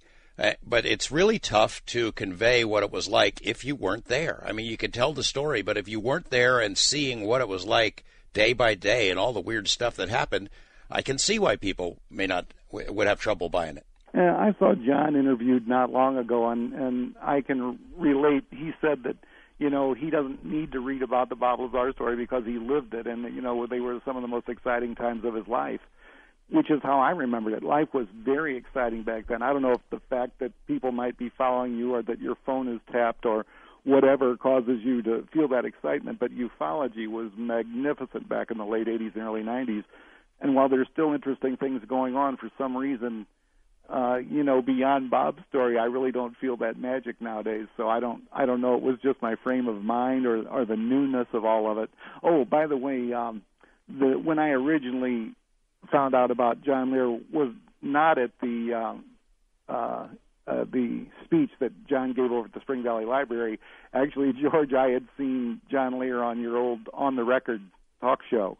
And right. That was the first time I ever saw him, and how I knew Lear existed was on your television show. And what was your take on him? Did you think, who's this crazy guy talking about UFOs? Well, he was on there saying that Richard Nixon knew about it, and he was buddies with Jackie Gleason, and Jackie Gleason had a house, I think in Florida, if I remember correctly, shaped like a flying saucer. And I was living here in Las Vegas at that time. I had never heard any of this stuff. And then when I did that appraisal, by the way, did Lear get a deal on that appraisal? I didn't know where he lived when I cut that deal. I thought I was just going to do appraisal on a house. He had a 2.2-acre estate overlooking the Las Vegas Valley with a giant house and a guest house and a studio and a U-shaped around a pool and a tennis court. And so that wasn't an hour-long appraisal or something? It was a long, hard job appraisal, so I don't know who got the better deal out of that. But I got all kinds of videotapes and papers and really got a really quick schooling on ufology, and I was awestruck that all this was going on beneath my notice. Jeremy, I'll ask you. Let's say if it... go ahead. You were going to ask Gene a question. Go ahead. I was just going to, just say, hey, Gene, both of you guys have lived it, as you're talking about, coming in from, being a younger generation and coming in and looking at this. I have to tell you, the first thing that crossed my mind was that you guys were making it up. I mean, Gene, you were criminal number one. I thought you, Lazar, and Lear were thick as thieves, and just making this up. And if my word means anything here, I can testify that after all these years of knowing you guys, that the most astounding fact is that you're not. That you, I don't even think you could coordinate amongst each other to do that. And I think that that's something that we overlook. But I think that the general person looking at the story will have that doubt.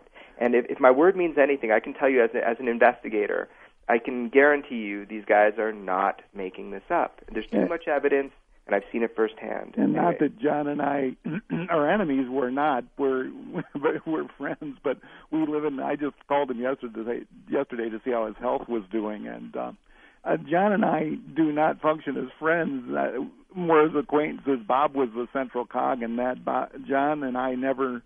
I don't think, unless maybe you, Jeremy, or George was there. I never see John Leir unless it's a social occasion that you guys are involved and I get invited to it. It's not we're alienated from each other. It's just one of those things. I've known George since he did the story. George and I have gone 5 years, emailing each other, going, yeah, let's get together. And we live 6 miles apart, and I won't see him for 5 years at a time. So anyway, Lear and I certainly never conspired to as much as make a phone call to each other. And there's also, and I'm not saying John's jealous of me, but a lot of people, because I was there and I'm the guy they know that backs up Bob's story and says what was going on back then, they wish they were there, and for some reason they blame me for the fact that they weren't. I just happened to be a guy that was there, and in fact, Bob and I weren't that close of friends back then. We had just become friends, and now we've become close friends since then. But when this was going on, I mean, he didn't even know me well enough. I wouldn't have been one of his trusted circle. That would have been Jim Taliani and Joe Vananetti and people that had known him down at Fairchild Electronics down in California and at Los Alamos in New Mexico.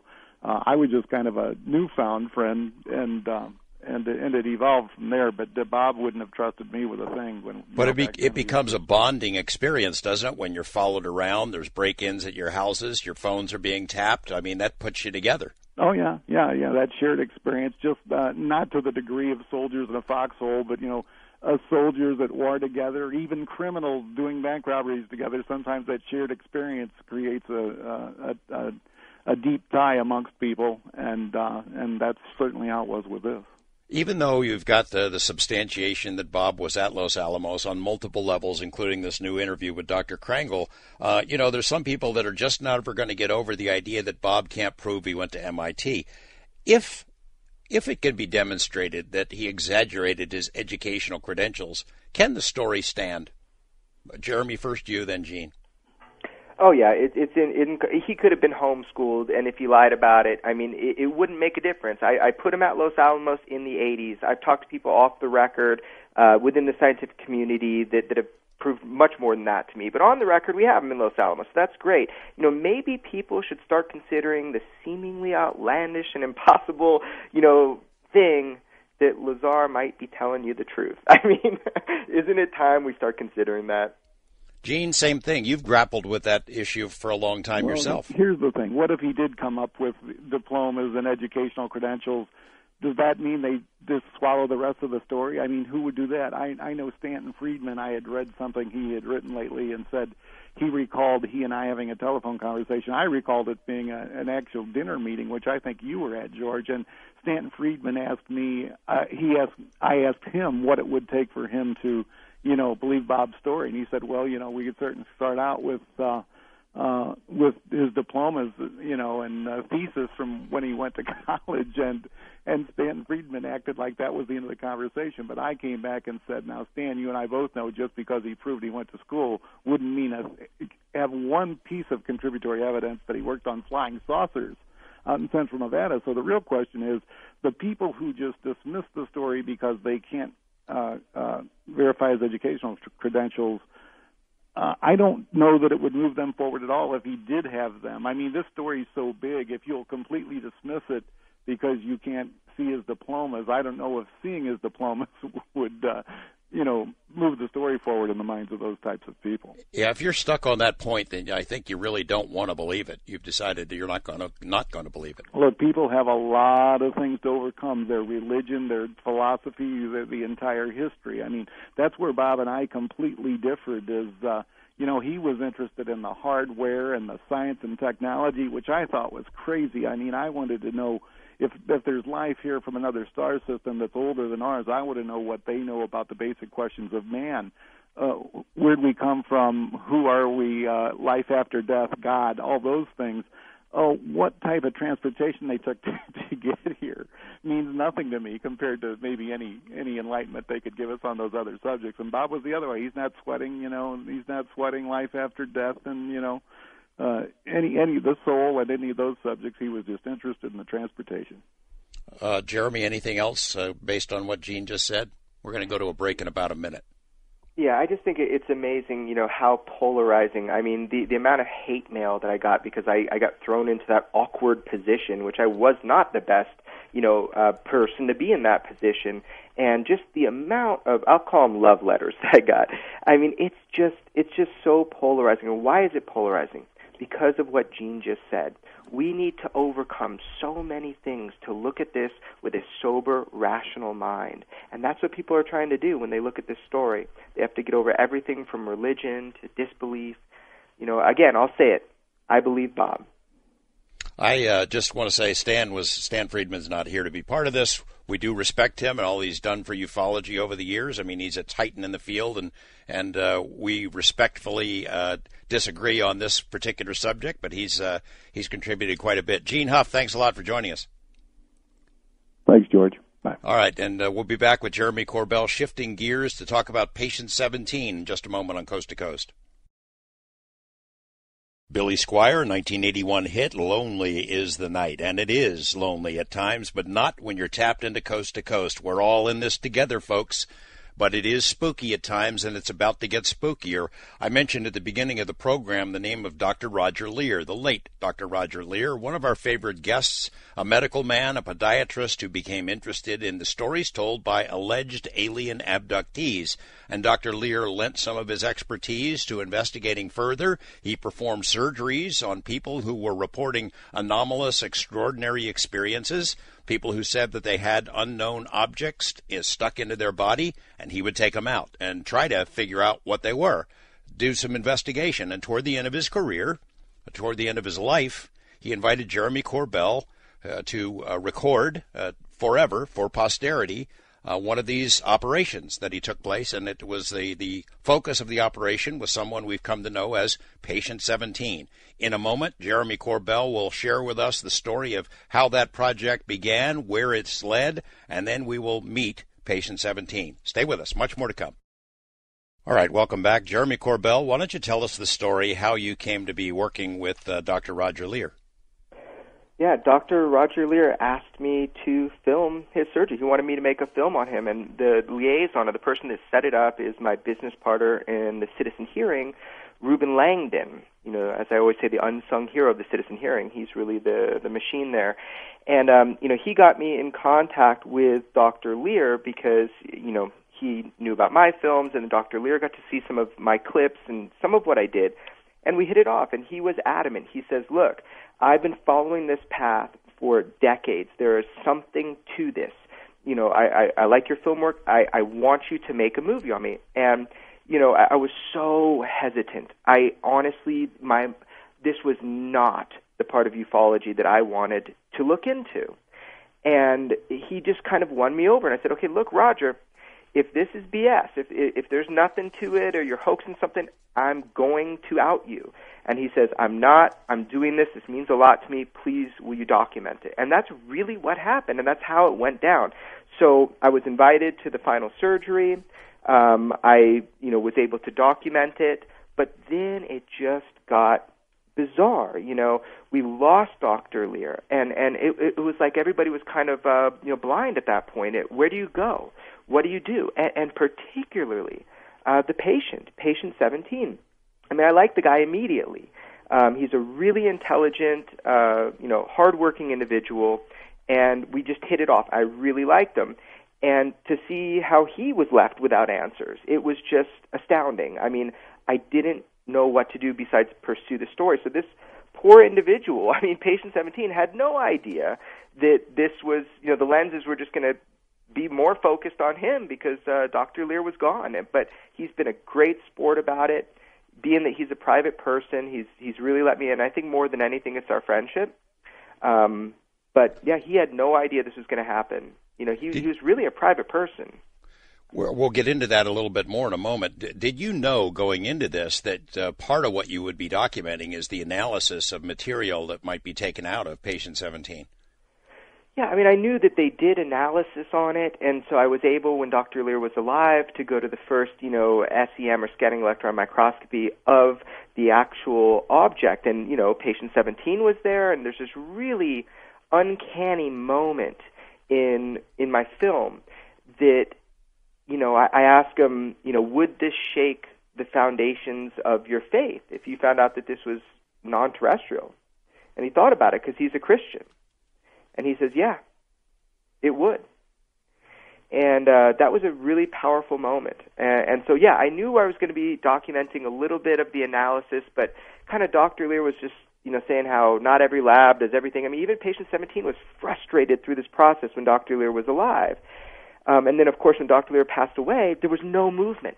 Everybody was jumping to conclusions and saying whatever they wanted, but there was no movement. And that drove me crazy because I just want to know. So I was able to, get the object sent to a lab and paid for and got broad spectrum elemental analysis and isotopic analysis of two different elements. And that you will see in the film, George. So you talked about it briefly the last time you were here. Is there anything you can expand on? Is there anything anomalous, unusual about the analysis, or would you rather not get into that? Well, no. I mean, everything about this whole experience is anomalous. I mean, I have been up and down and through the rabbit hole and briar patch with this, and so has patient 17. I mean, this has been a roller coaster. You go to one scientist, and they're like, this is absolutely 100% anomalous. This has 35 different alloys in it, and this is absolutely constructed, and it is absolutely unusual.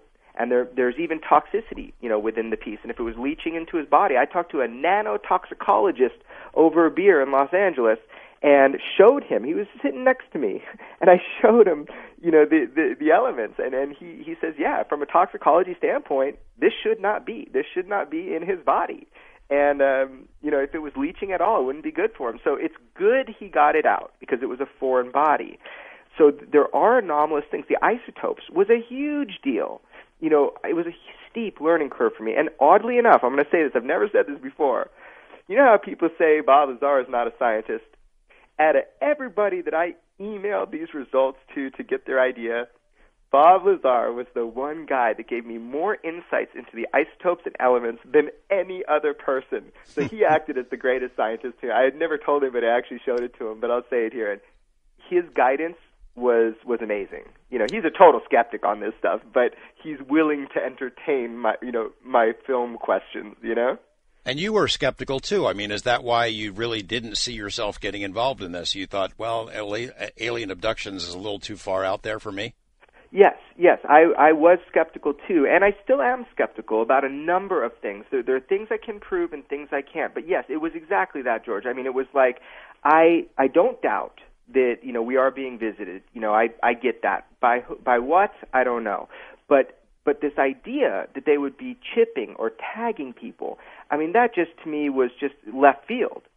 But after hearing the experiences of patient 17 and seeing the effects of the experience, I mean, it is terrifying. I mean, he's a big guy, 6'9", and he's a tough, rugged individual, and brains and brawn, But to see him kind of terrified by these experiences. And, he was lured into this whole process, basically, of getting this cut out of his body. It didn't automatically be something that was in his mind to do. But when it happened, I have to say, he went deeper into these experiences. He doesn't want to remember some of them. And that's what I found so interesting. So I got sucked in to this story from the human perspective. And ultimately, E.T. or not, and you'll watch in the film, whatever this is, you'll be as frustrated as me at times. ET or not, this is quite an extraordinary experience for an ordinary individual. It's a very human story, at least from our side of it. Well, let's bring him on. I'd like you to introduce him, Jeremy. Sure. Well, I would like to introduce you to my good friend. We're calling Patient 17. And I just got to say, sorry, man, that this has gone so far. You never expected to have me, pushing that camera in your face all this time. But I really appreciate you letting me in and helping to tell your story, because I think it's really important that people hear what you've experienced through this process. So, hello, Patient 17. Hey guys, you're really right on that. It's just supposed to have been one documentary and over, and here it is, number 3, and on coast to coast. So, would I do it again? Maybe. I mean, it's been interesting meeting everybody in this field and learning more than I thought I did. And it's been a pleasure working with you, Jeremy. That's probably the only reason why I'm doing this, is I got to know you as a friend and your talents. And I would say you being groomed by the right guy out in Vegas. Maybe take his spot when he retires. Well, listen, I you think guys are great.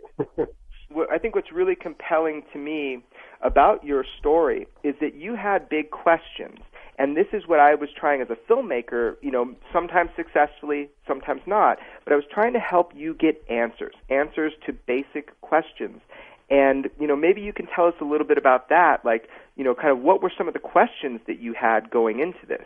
What was it like meeting Dr. Lear? Did you like him? Was it frustrating? Tell me a little bit. Well, when it started, it was with the pain in my knee and an X-ray and finding this thing and then not thinking about it for 5 years, and then just by fluke ran into another producer that did UFO flick. Then he introduced me to Dr. Lear, did all the testing, X-rays. And I just mentioned a few experiences I had in Las Vegas, knowing people maybe at Area 51 or worked there, and stories after living there for practically 20 years. And things started falling into place. And really, the only thing that really got me interested is when they were testing the object when it was still in my leg, and it was putting out some kind of signal or energy more than the camera they were using. That's got me interested. But living as an abductee and living the UFO story was not even what I ever thought. So let me ask you: had you had a lifetime of experiences, anomalous experiences, the classic sort of alien abduction scenario? Well, I actually started maybe the abductions as a child up to maybe teenager years, and then it stopped. And then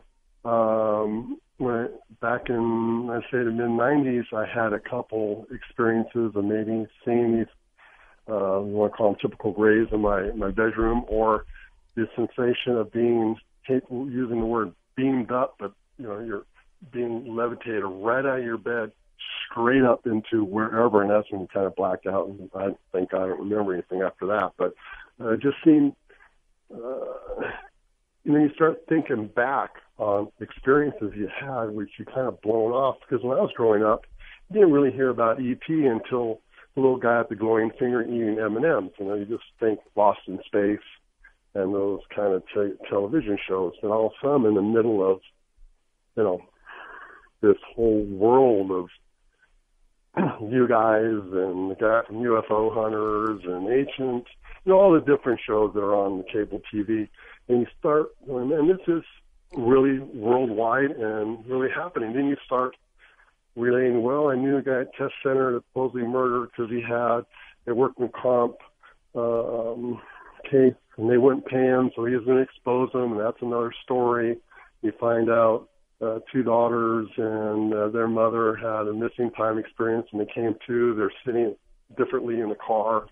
So these are people I know, and it's like, this is really kidding. There's more people involved than you would think in this whole.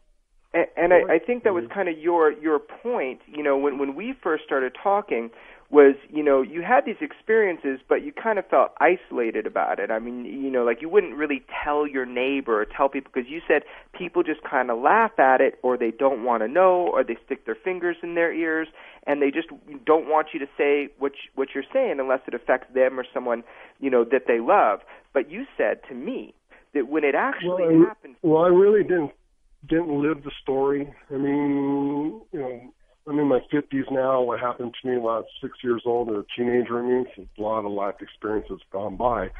But what started this all off was the pain in my leg and getting x-rays and finding this object in my leg. And then from there, like I said, it lay dormant for a couple of years, so I met this other producer, and then it just opened wide up. I mean, everybody, after you're done the testing and the questionnaires, it's like you start thinking, this is for real. I mean, all indicators say this is it.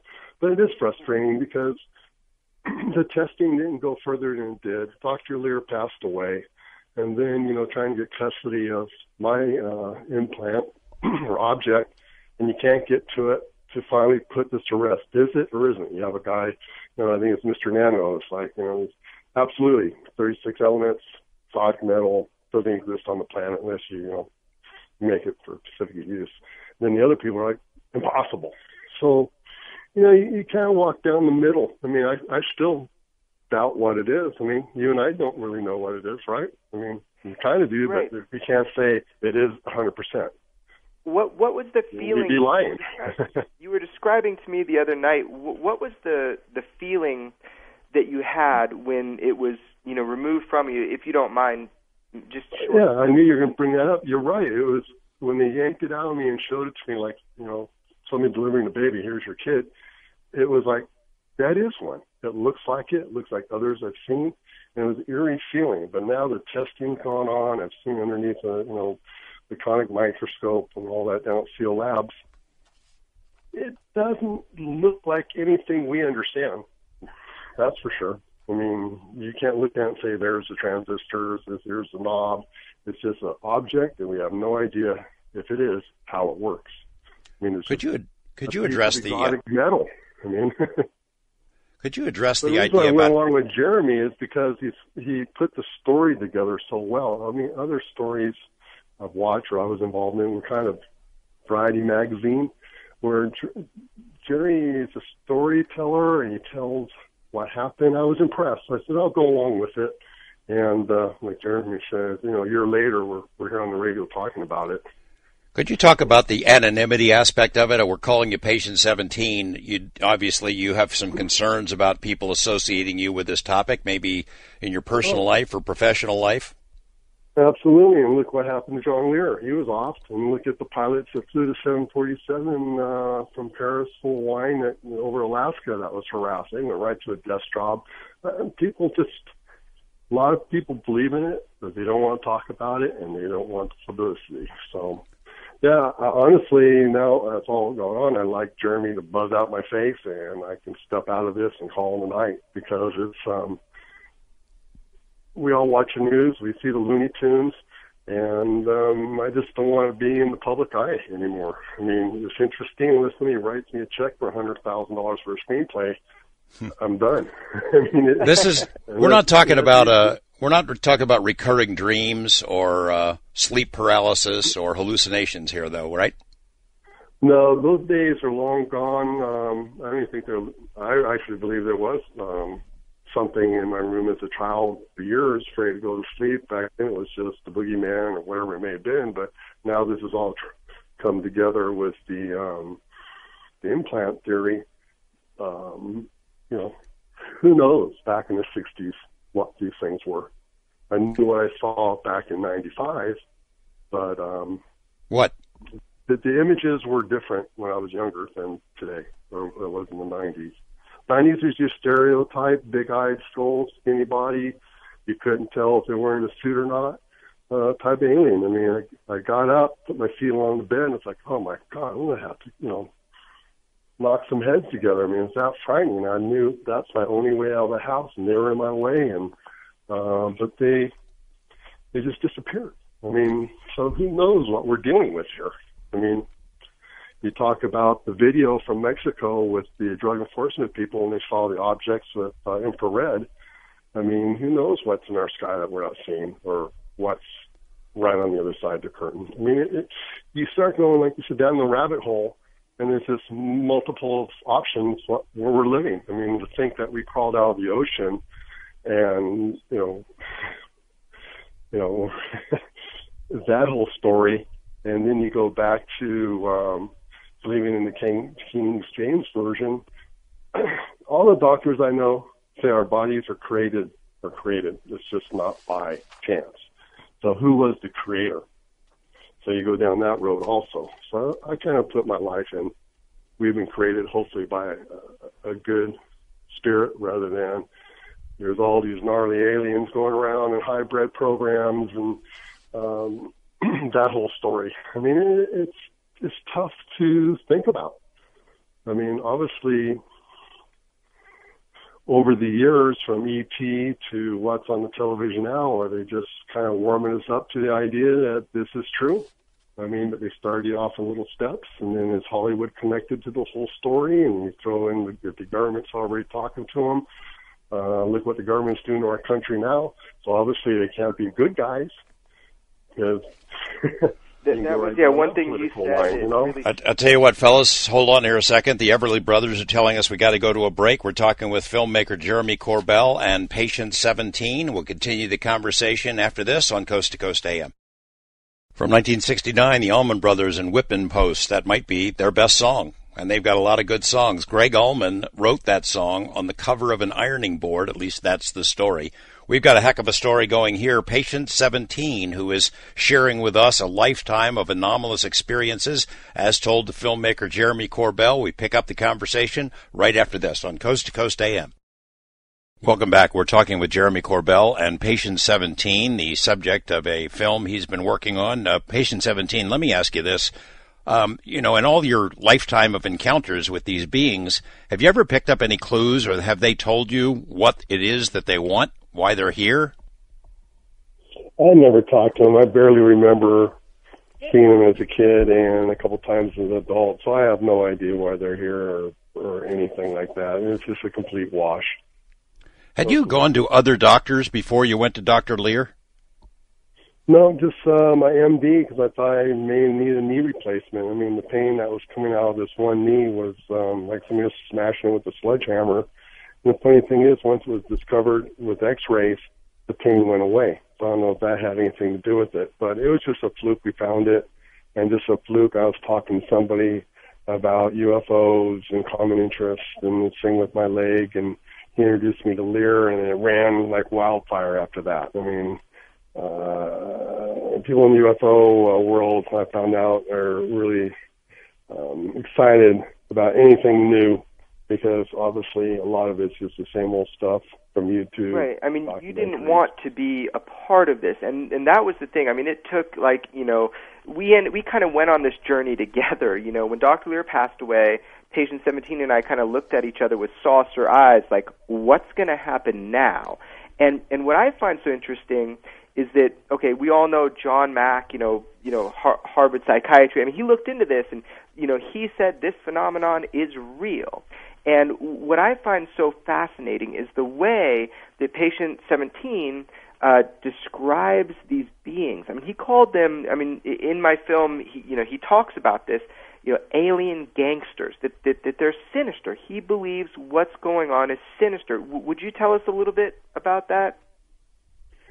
It's just a personal opinion, really. Not much more to say. I mean, they're coming into your home. They're doing what they want with people, abductions. I mean, how can that be a good positive thing? So if this whole story is true, I mean, there's some heavy-duty stuff going on in our world.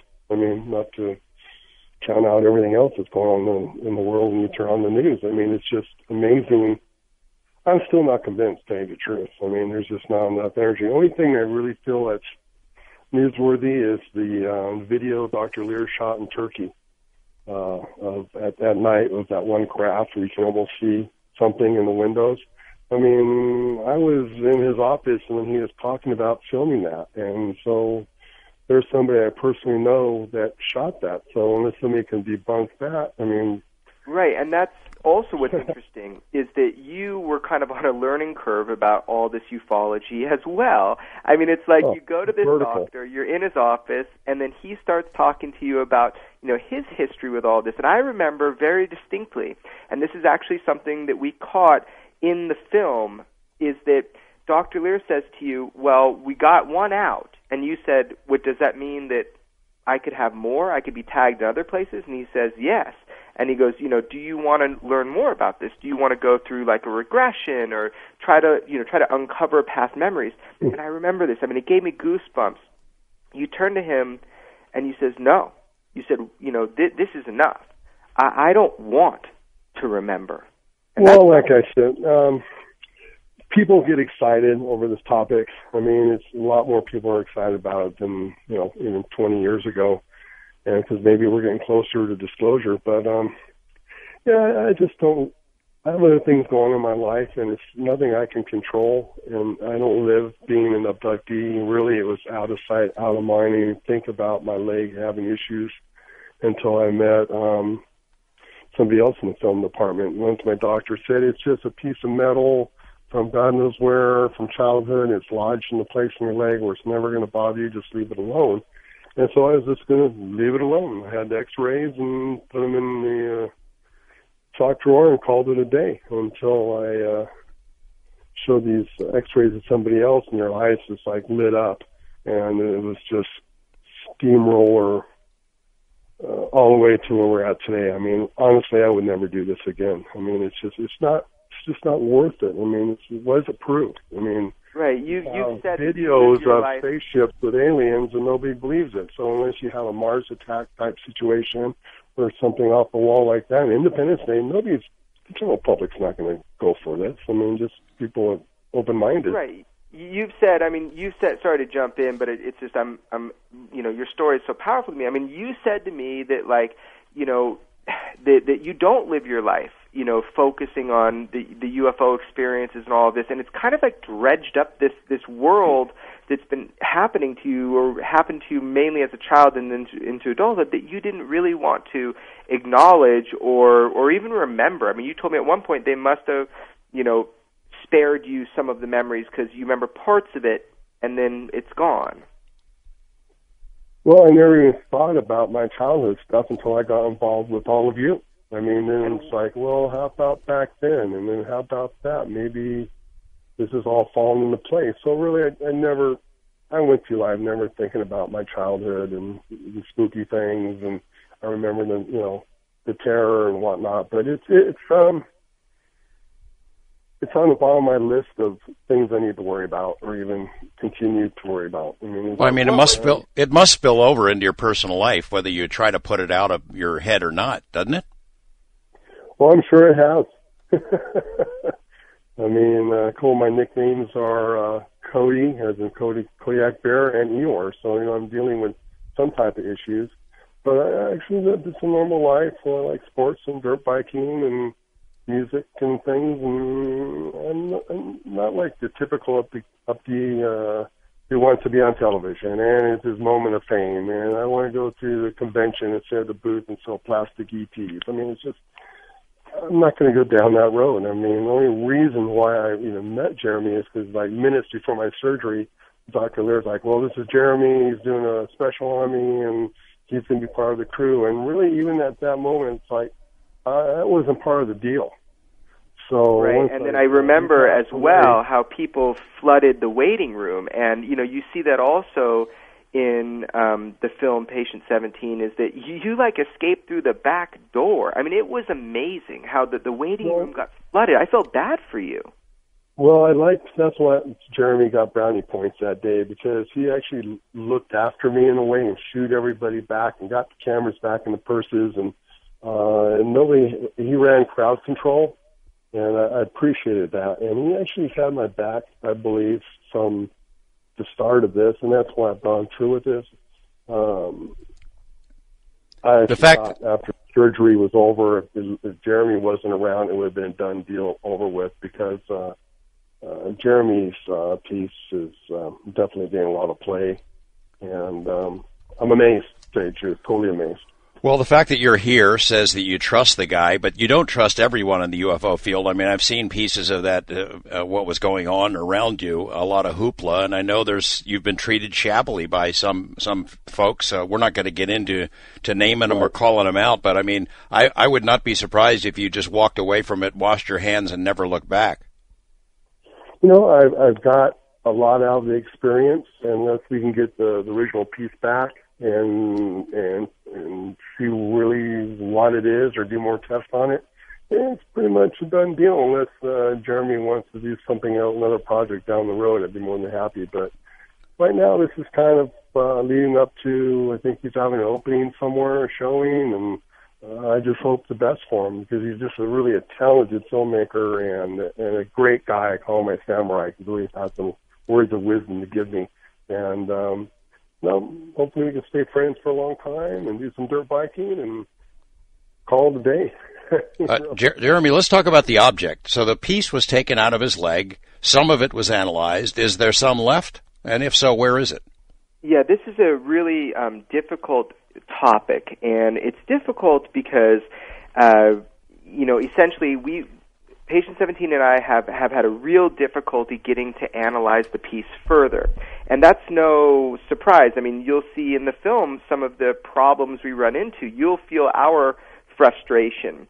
And right now, after, Dr. Lear passes away, and then there's a struggle. There's a struggle for ownership, I hear, of the piece. So it really makes it hard for us to get our hands on it and do the scientific analysis and do it further, which we'd love to do. But ultimately, we had some great tests done. And the tests came back anomalous. But again, there's two parts. There's the actual analysis, the scientific analysis, and then there's the interpretation of that analysis.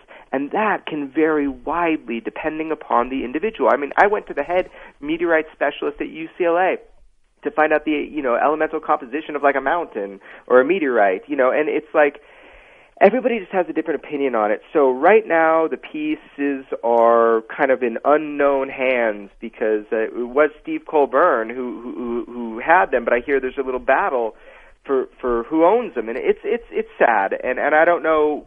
I really think Patient 17 should have his sample back so we can find out a little bit more. But that's the frustrating part. I'm just afraid, if Steve loses them and somehow in technicality other people get them, they're going to end up on eBay for God knows what. And they're always going to be out of circulation in somebody's collection. I mean, and they need to stay public and stay in the system so maybe someday when we have better tests we can find out what's going on. But right. I think they're just going to go to eBay one of these days, and it's just pathetic. I mean, that needs to be stopped. I just found out about that recently. Yeah. It's like, I want my piece back. I don't want mine going to some guy's collection and they're gone forever.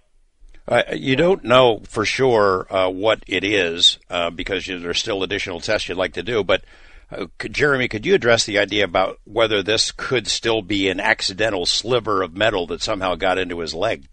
Right. So look, this is a really difficult thing to answer because I've gotten so many different opinions, but essentially it is machined, it is fabricated, it is highly advanced, it's 35 or 36 different alloys, again, some of which are toxic alloys in small degrees. I talked with a nanotoxologist that basically, looked at the whole analysis and told me, it was really good that Patient 17 got it out of his leg because from a toxicology standpoint, you don't want this in you. Now, from a nanotechnology perspective, I was told by a number of nanotechnologists this was a machined metal, and it has some rare earth elements in it. The big thing for me was the isotopic analysis. We have, for sure, an anomaly in the zinc. And I'm going to make all of this public for people to scrutinize. I mean, that's part of the thing. Let's put these documents out and let people scrutinize them.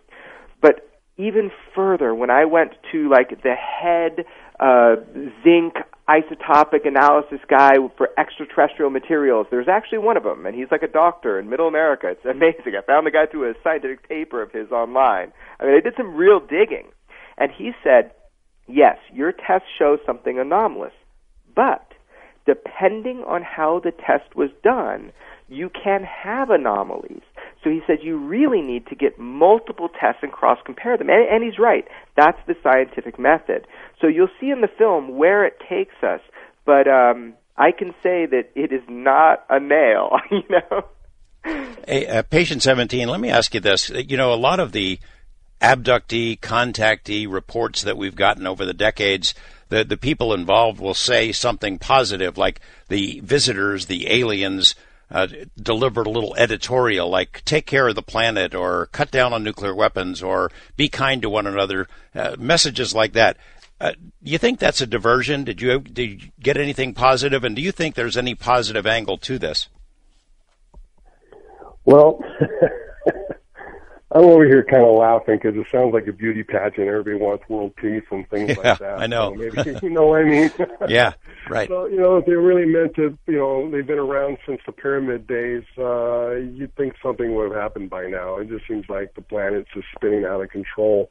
So if anything was here to be positive, I would hope they hurry up and say hello, because obviously we all know what's going on in the world, and it just seems like it can't be controlled anymore. So it's no, I didn't get any message. I just have nightmares of seeing creatures and sensations and a piece of mystery metal in my leg and this whole adventure. So, but it makes you think about everything from creation to what's out there as far as the Hubble telescope can see. You go to observatories and go to museums, and you look at these photos of the universe and outward. It's like, really, what is the story? Maybe some people know. I mean, when you're flying around in the space station above Earth, who knows what those guys are seeing, and they're not saying anything. So there's more to the story. I'm kind of a newbie in this. I'm sure you and Jeremy know a lot more than I do about the history of these UFOs. I've just kind of ponied up a little bit since I've been dealing with this. But I say there's more chance of this all being true stories than not. Well, I've never had an encounter. I've never had an encounter like you've had, and Jeremy hasn't either. But I'd like to know, you didn't get any alien editorials, but I'm sure you've formed impressions. You don't have a sense that they're here for our benefit, do you? Not at all. Not at all. But that's just my opinion, just because you look at what's happening in the world. Now, maybe with technology, I don't know if it's really better for us, but maybe in the medical profession we're being helped. I mean, who knows? Velcro, microwaves, who knows what's been brought around from like the Roswell days. I mean, I believe in what happened to Roswell is true. I mean, all that effort for a weather balloon or something, I mean, let's be serious. So there's definitely some truth to all of this. And if the object in my leg is part of it, we don't know yet. Jeremy, let me ask you what it was about Patient 17 that you found to be credible, why you are going out on the limb this far to share his story. I mean, there are a lot of abductee stories that, you know, they sound like you could drive a truck through them, but this one, something registered with you. Yeah, you know, it really was because he was a bigger skeptic than any of us. It was really because, you know, the situation, you know, was that he wanted answers. And then when Dr. Lear passed away, I mean, I could see it. I mean, we had become friends, and he wasn't getting answers. I mean, I could see it even in the first, you know, when Dr. Lear was here. You'll see in the film, he gets frustrated. Patient 17 gets frustrated with Dr. Lear because he's just not getting the answers. And so it was his personality, you know, that he was the biggest skeptic, that he wasn't just trying to sell me a whole line of BS, that he wanted to know the truth too. And, you know, we're doing our darndest to get there, and I guess some things we'll know, some things we won't. You know, that's part of a great mystery, is that you don't get everything spoon-fed to you. And, I would like to mention, because, you know, we're already in this deep. You know, Patient 17 knows that. I mean, this is out. But tonight, for the coast-to-coast audience, it's an exclusive thing. You know, you can see the film. I'm calling it the pre-premiere. I reserve the right to add to it if anything changes or new information comes to light. This is a real-life investigation. But they can actually get that tonight. I did that for the Coast audience exclusively. It's, you know, the whole movie. Well, cool. Yeah. And how do you like it, Patient 17? How do you like the movie? It's good. I think it's not a major dollar production, something like 4th of July, but it tells the story, and I like the way he put it together.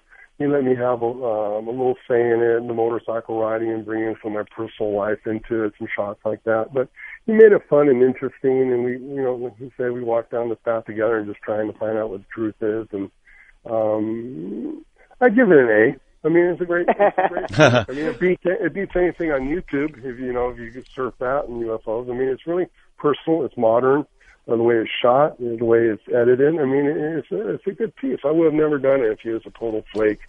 It strikes. I mean, yeah, go ahead. I mean, and I'm sure you wouldn't be talking to Jeremy if you didn't know his business. So, I mean, I feel fortunate to hang out with him and all the experiences I've had up to this point. But we'll see where it goes from here, Jeremy.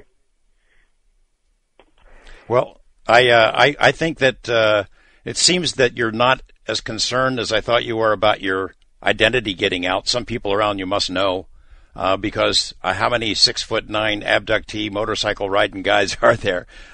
Patient 17, thanks for joining us. I really appreciate you sharing your story with us, and best of luck to you. I hope we get to meet you in person. All right, take care, gentlemen. All right, and we return with my guest, Jeremy Corbell, switching gears just a bit to talk about Nano Man in our next segment. Stay with us.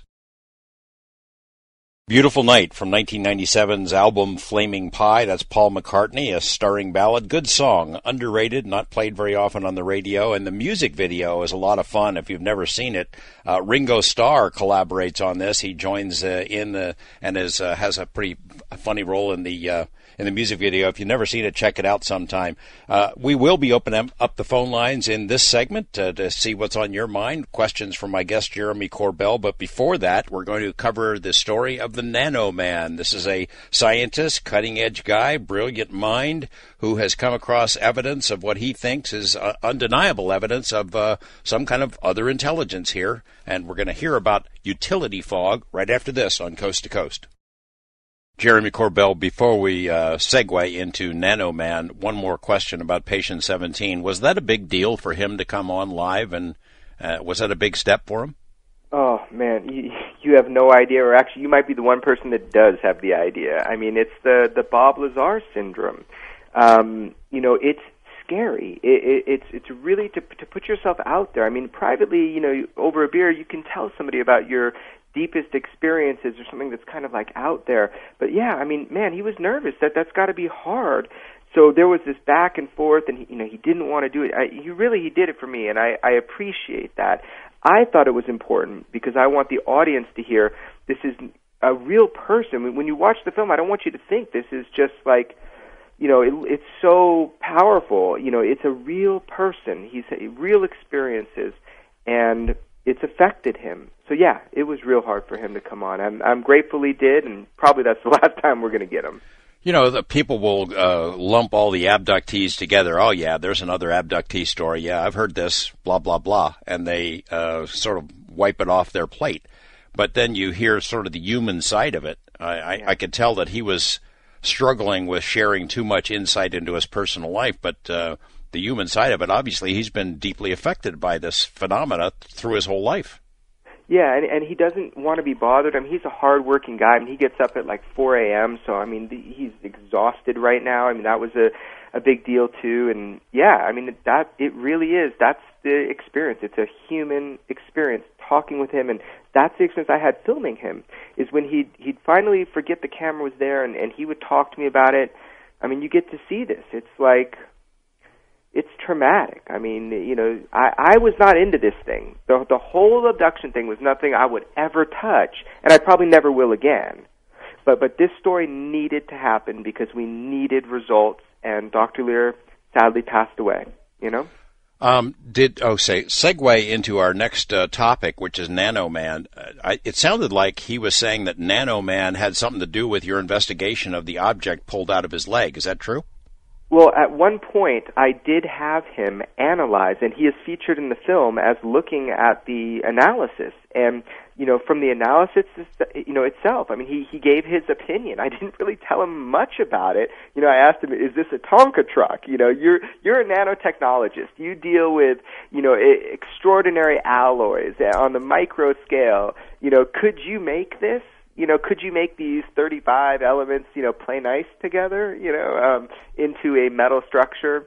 And his answer was no. And that was pretty astounding because I have seen some incredible things that Nano Man has done. I have actually witnessed him weave carbon nanotubes with these micro machines that he built that not only heated this carbon, but then also, was able to kind of bring it into spools. And it's the strongest stuff on the planet. This was the stuff it's the strongest substance that humans have ever made. This is something they were going to do the space, tether with, for getting payloads up into space. I mean, it's look it up, graphene. It's amazing. So I've seen him do incredible things, and when he was so shocked by this analysis, it carried some weight, and that's what he was referring to. Okay, so tell us, who is Nano Man, and why can't we know his name?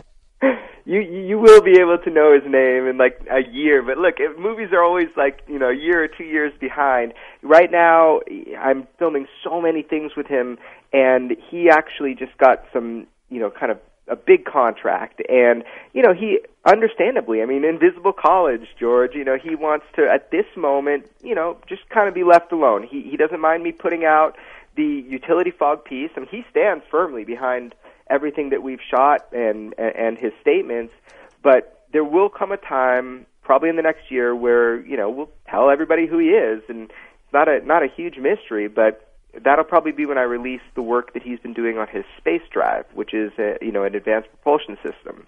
Which is another project. That's another project of yours. Yeah, different project. Yes, different project. All right, so give me the general parameters, who he is, what his qualifications are. I mean, you've told me about it in private. He's a brilliant person, right? He's a brilliant scientist. I mean, I know essentially that he was working at Lawrence Livermore. He's a nanotechnician. He's developed a huge company. The company did some great real world commercialization of carbon nanotubes. I mean, legit guy. More will be known about him, but he's just one of the most kind of brilliant individuals who really seeks to commercialize technologies, where a lot of people are happy with theory and this and that.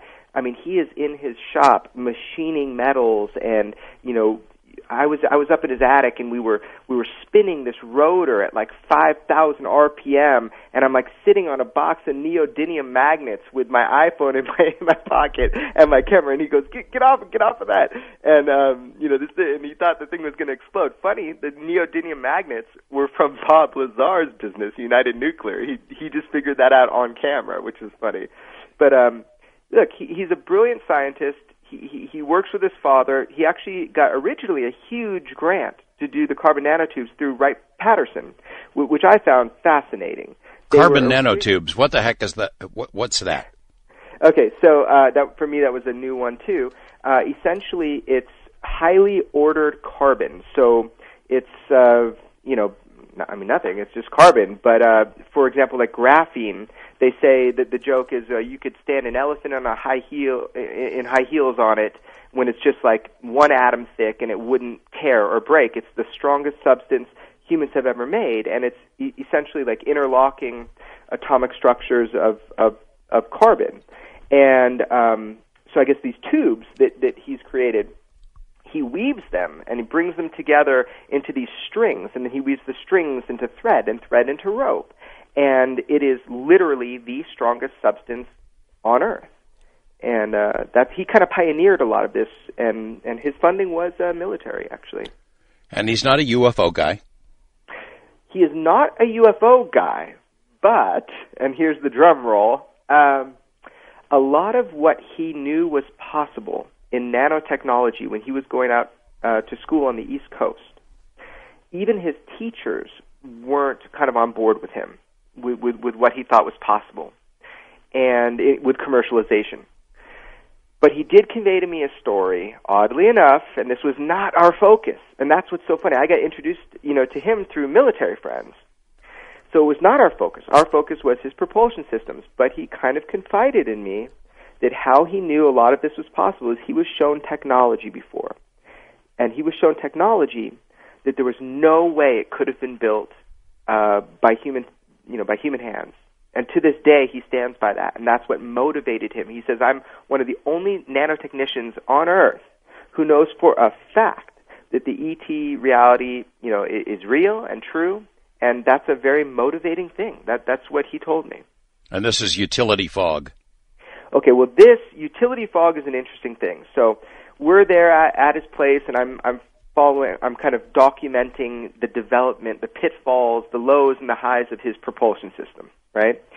And he starts to talk to me a little bit more about, what he knows about, visitors. And he actually pulls out this vial, and it just looked like water. And he says, in here's a little sample that was collected at an abduction site. He had some from a crop circle, some from a household where there was a, visitation. And he said inside of this, like what looked like water to me, it was ethanol, and there was a highly ordered, fabricated nanotechnology that is something that we could not produce here on Earth. We do not have the technology to do this. And I'm just like, come on, dude. I'm trying to make a normal film for once, and you're bringing this to me. I didn't believe him. So I said, look, how about you, with all of your great connections, how about you get me somewhere like NASA and let me analyze it on a scanning electron microscope? I was kind of like joking. And sure enough, I get a call, and he had hooked up the ability for me to get a full filming, no restrictions, no escort at NASA Ames. And he gave me this liquid, which I still didn't believe I'd be able to replicate what he saw 9 years ago in this thing. And he just kind of pulled it out from a drawer. So he sent me on this mission, which I thought was going to fall flat on its face, to analyze this material at NASA. And they gave me a technician. Let's hear a little clip from him, and then we're going to hear more in a moment about what these things look like under a microscope. The first clip from Nano Man talking about skepticism. You don't want to come across as crazy yourself. You are skeptical too.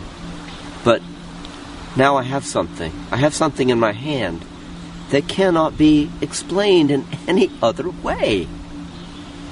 Where the hell did this come from? This should not be. This should not be for another 1,000 years. This is so advanced. We wouldn't know where the first place to start in making this material, making functional machines on the nanoscale, robots. So he's talking about the images that you have shared with me before of this utility fog stuff seen under major magnification. Yeah. And they look like little tiny microscopic robots. Okay, so that's what he's seeing, and I do see it's like I do see what he's seeing, but I'm not a scientist. And then he's explaining the magnification, and it's getting kind of more impressive the more he says it. But it's just an image. But yes, it gives me shivers actually to hear that quote, and the reason why it gives me shivers is because I fully expected to go to NASA on a fool's errand and have the tech lab guy, who's not a UFO guy, he's just a NASA tech guy, and I expected him to say, this is nothing. There's nothing in here. It's ethanol. Go home. And what happened? That's the exact opposite is what happened. Actually, what happened is really funny. And you go through this ride in the film. It's like what happens is I get there, he's looking. We can't see. We have these comparative images. We can't see it. We see these little clusters of things. So we call Nano Man on the phone, and we're like, the lab technician, says, hey, we're seeing clusters of things, but we're not seeing or being able to image what you saw 9 years ago. At least there's something in it, but we can't see it. And he goes, oh, golly, that's amazing. He's like, all you have to do is change your beam parameters. You need to intensify the beam, and you'll penetrate the outer skin, and you'll see the inner workings. And we're like, what? You know, the guy's kind of laughing. You know, he's a young guy like me, and he's kind of laughing, and then, okay, changes the beam parameters, and he just, like, grabs his face. I mean, again, you go through this experience, he grabs his face, and he's like, well, I can't explain what I'm seeing right now. And what it came down to was we were able to penetrate through the outer shell or skin of these clusters, and inside we were able to image and replicate exactly these clusters of what look like, you know, just highly ordered mechanisms. Now, I'm not convinced. This is an investigation. This is an open investigation. But first step, we were able to replicate what he said would be in there, what has inspired so much of his real-world work, right? So if nothing else, knowing that this exists has inspired him to move forward. You know, he wants to become, you know, he wants to build a spaceship. You know, he wants to build an engine. So basically at the end, the nanotech, or the scope technician, you know, he says, look, in 1,000 years, we'll be able to make something like this. We'll be able to print things on the atomic level. We'll be able to make holes and voids that are like less than a, you know, half nanometer. He says, but right now, we don't have the technology to do this. We will one day, but not now. Let's hear him describe what he says these things are. It's in clip 2. Okay. Imagine millions upon millions of machines, microscopic machines, all working together in unison. These machines are so small that we are just now bringing online the capability to see them, much less make them. I guess the significance of that quote is that this guy is a top-notch person in his field. He is cutting edge, a brilliant researcher, as evidenced by the kinds of contracts, the size of the contracts that he gets from a variety of really interesting agencies to do work on cutting-edge technology. And here he is saying the utility fog shows these microscopic machines. There's no question about it, and we don't have the technology to make it. Yeah, we just have the technology now to barely see it, you know, with these scanning electron microscopes. You know, but actually he's not just a researcher, you know, he is a commercialization expert. I mean, this is what he did. This was his grant from the government, and they were originally interested in his, what he calls the space drive, but he got into the carbon nanotubes because it was something that he knew he could do that couldn't be weaponized, that there was a grant for, and, you know, he built a great company out of it. So he's an expert in commercialization. So, you know, the significance of this quote is that, you know, he's essentially saying, you know, we don't have the technology to make this. So if it is what he thinks it is, right, he's calling it utility fog. Well, that's a science fiction term. That's the idea of a bunch of machines working in unison together towards a single cause through an intelligence or a supercomputer. Now, there is a reason why he believes that this, I guess, alloy, this dusted alloy that are found at, you know, crop circles and found at abduction sites, you know, which we know with trace cases that there is residue left over. He believes, for a reason, that this is what he calls utility fog, and I really think maybe he should tell us that. So I'd love to see if I can get him on at some point soon, and he could tell us his own personal experience and why he's really sure these are activating machines. You know, I've got some people on the phones. I don't want to go to a phone call and not have enough time. We're going to go to a break in about 2 minutes. But did he describe to you how he acquired this utility fog sample? Yes, you know, he did. He has a couple different samples, and again, one was, you know, he went and researched the crop circles a little bit because he thought it was a joke, and then had an experience, and then, you know, he knows people that send him stuff. I mean, he's one of these top-notch scientists, Visible College. You know, he's willing to use his assets to look at things, and he's the first to debunk things. So this really got him. This really got him deeply when he couldn't figure this one out. And, you know, right now, I just had a phone conversation with him, you know, this evening. You know, he's under NDA not to talk about it, but the basics of it is, you know, he's been working also on cold fusion, which is a huge taboo, right? Well, he's got 11 employees now full-time, and they're working towards commercialization of their project, and he says it's going really well. And this is kind of his focus right now. So, look, he's a fascinating dude. I would love to have him come on and tell you his experience, why he's sure these are self-actuating machines. Okay, well, let's have it. When? Let's schedule it. I don't know. We got to we've got to reel him in. I mean, cold fusion, if that breakthrough is made, and many have tried, it changes everything. Well, we know cold fusion is actually, like, we know it happens in nature, but it's just, can we harness it, right? And, yeah, it would be absolutely huge. And, look, a year ago, I mean, I kind of confided in you that he was having positive results, and I went and did a lot of filming with him. Well, now we're a year later, and he's got enough to have 11 employees working full-time on this. So, all I got to say is this guy's one of the most interesting men I have ever met in my life, Well, that makes it sound like there's a breakthrough. Is there a breakthrough? Yes. I'll let him discuss that if he can next time he's on, if we can get him on. But, yeah, he says everything is going really, really well. I mean... All right, we're going to take a break. I promise we'll go to the phones after we come back. It's summertime. You got to have a Beach Boys song. This is a classic from 1964, co-written by Brian Wilson. Don't worry, baby. We'll be right back with more Coast to Coast. Parrot Heads, that one's for you. Jimmy Buffett, Havana Daydreamin' from 1976. That's back when Jimmy Buffett was sort of fine-tuning his persona as a beach bum troubadour / pirate. That song, that whole imagery makes me want to just jump on a plane and go somewhere tropical. We're talking with Jeremy Corbell about his variety of his projects, including the Nano Man. When we come back, we jump on the phone line, see what's on your mind. Much more to come here in our final segment of Coast to Coast AM. All right, let's take some calls for my guest, Jeremy Corbell. Let's go west of the Rockies. John in San Diego. Hi, John. You're on with Jeremy Corbell. Hey, good morning, guys. Thanks for taking my call. I just had a couple of quick comments and a quick question for Jeremy, if I could. Actually, I had the pleasure of meeting you, George, real briefly at the International UFO Congress back in February, where I also had the pleasure of meeting Jeremy.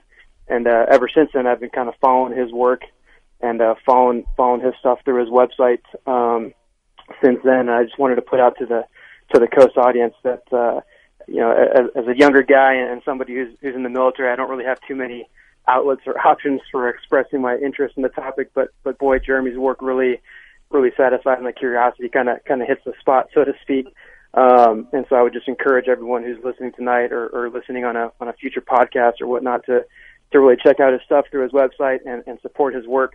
So with that being said, I guess my question for you, Jeremy, is besides utility fog and the piece on Bob that you have available on your website, and Patient 17, which was released tonight, which was an awesome movie, by the way. I got a chance to see that at a screening at the Congress in February. What can we expect next, and when can we expect it? Because I know there's a core group of people that can't get enough, myself included. Well, John, first of all, thank you so much for your support, and thank you for calling in. I really appreciate it. And, man, you really pushed me against the wall here with a question. Isn't 3 movies enough right now? Man, I'm working hard. But I have a lot of things, kind of in the oven right now. And things are done at the right time when they're ready. If you look at my website, you can really sample a lot of the pieces. There's a lot of, like, Easter eggs and kind of hidden things in there for you to see. So, look, as being a fan, you'll be one of the first people to know, John. But I would say that my work will follow in this vein. It's real investigative filmmaking. I actually do this by myself and go as far as I can go with it. So that I can promise you. As far as the future projects, you're just going to have to wait and see, man. But thank you so much for your support. Thanks, John. East of the Rockies, Ira in Oklahoma City. Hi, Ira. You're on Coast to Coast. Well, hi. How you doing? I just wanted to make a comment and say thank you, George and Jeremy, for the work that you do and bring up the issues that you bring up and you brought up.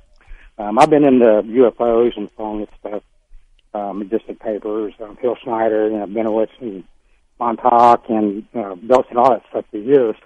I read the book, The Case for UFO back when I was a kid, and I was hooked after that. I just want to make a comment, as far as Bob Lazar goes, if people out there are thinking that the United States government can't get rid of somebody's identity or school records or anything like that. But they're either awful naive or really egotistical, because that can be done pretty easily, I would think. Anyway, I just really enjoy your show. It makes people open their eyes, I think. Well, thanks, Ira. Appreciate it. I would mention to you this experience. Bob Lazar got into some legal trouble at some point, and when he got into legal trouble, he was asked by investigators about his background, and he told them the same story he had told me. This was a time the investigators could not confirm his background because he had told them the same story. I mean, they had gone to all kinds of different agencies and asked for information and couldn't get it. We had a congressman named Jim Bilbray who did the same thing, and he wrote a letter for the judge who was sentencing Bob for the things he had done. And the congressman said, basically, I've never seen anything like it. We wrote to the FBI to ask for any files they might have on Bob Lazar, and we weren't told they don't have any. We were told, you don't have a right to know. This is a member of U.S. Congress. Jeremy, I don't know if you have anything to add to that. Well, just that was one of the most astounding things. When you really look at the facts and you look at all the facts in the Lazar case, it is a resounding answer. We need to start considering if what Bob Lazar has told us is absolutely true. We're going to go to Mike in Washington State on the wildcard line. Hi, Mike. You're on with Jeremy Corbell. Hi, Jeremy. Hi, George. I've been a listener since 1989. I've been following the story for a long time. I even emailed you tonight, George, about this and your producer.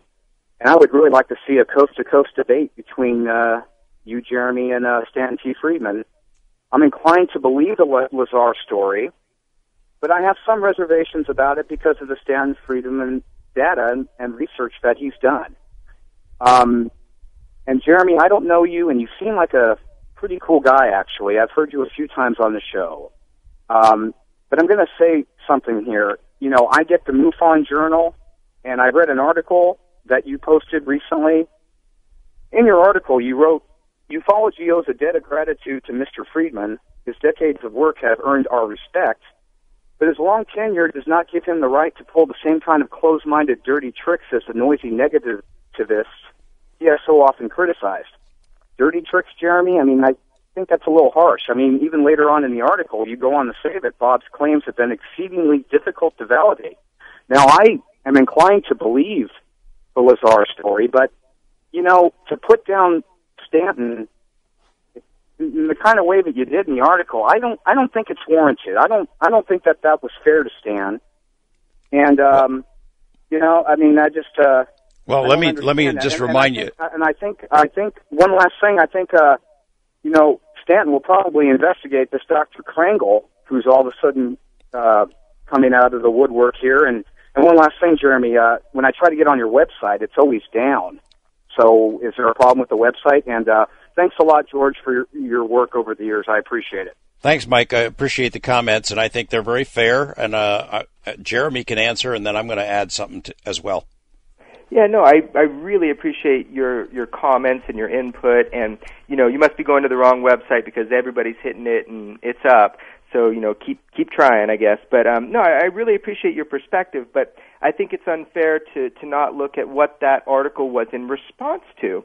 What happened was, and I'm not picking on Stan. Like I like Stan. As you said, George, he's contributed so much to the field. I got put in this uncomfortable position. I'm not debating him. It's not me versus him. But I did have the experience where in the debate that they kind of threw me into, that I was talking to somebody who was not willing to process current information.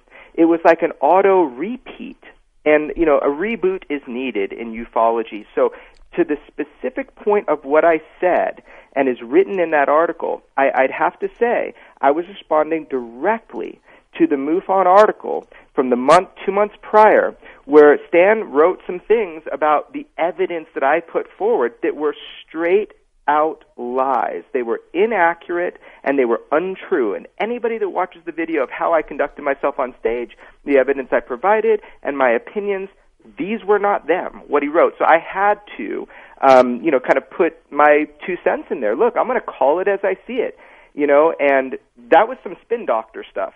That is not what I said. That is not how the argument went down. And just because you repeat something over and over doesn't make it true.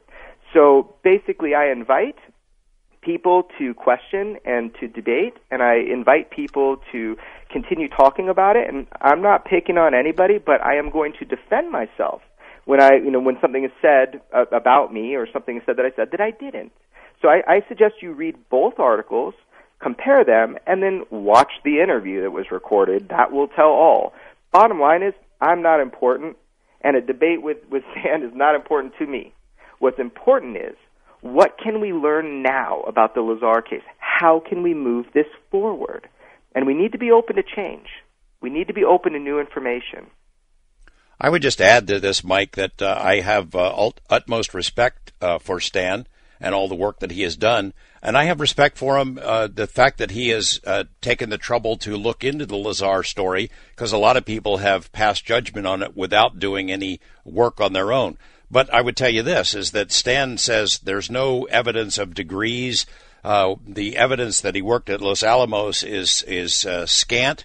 And that's information that we presented in the very first television report about Bob Lazar. It's not something that Stanton Friedman dug up.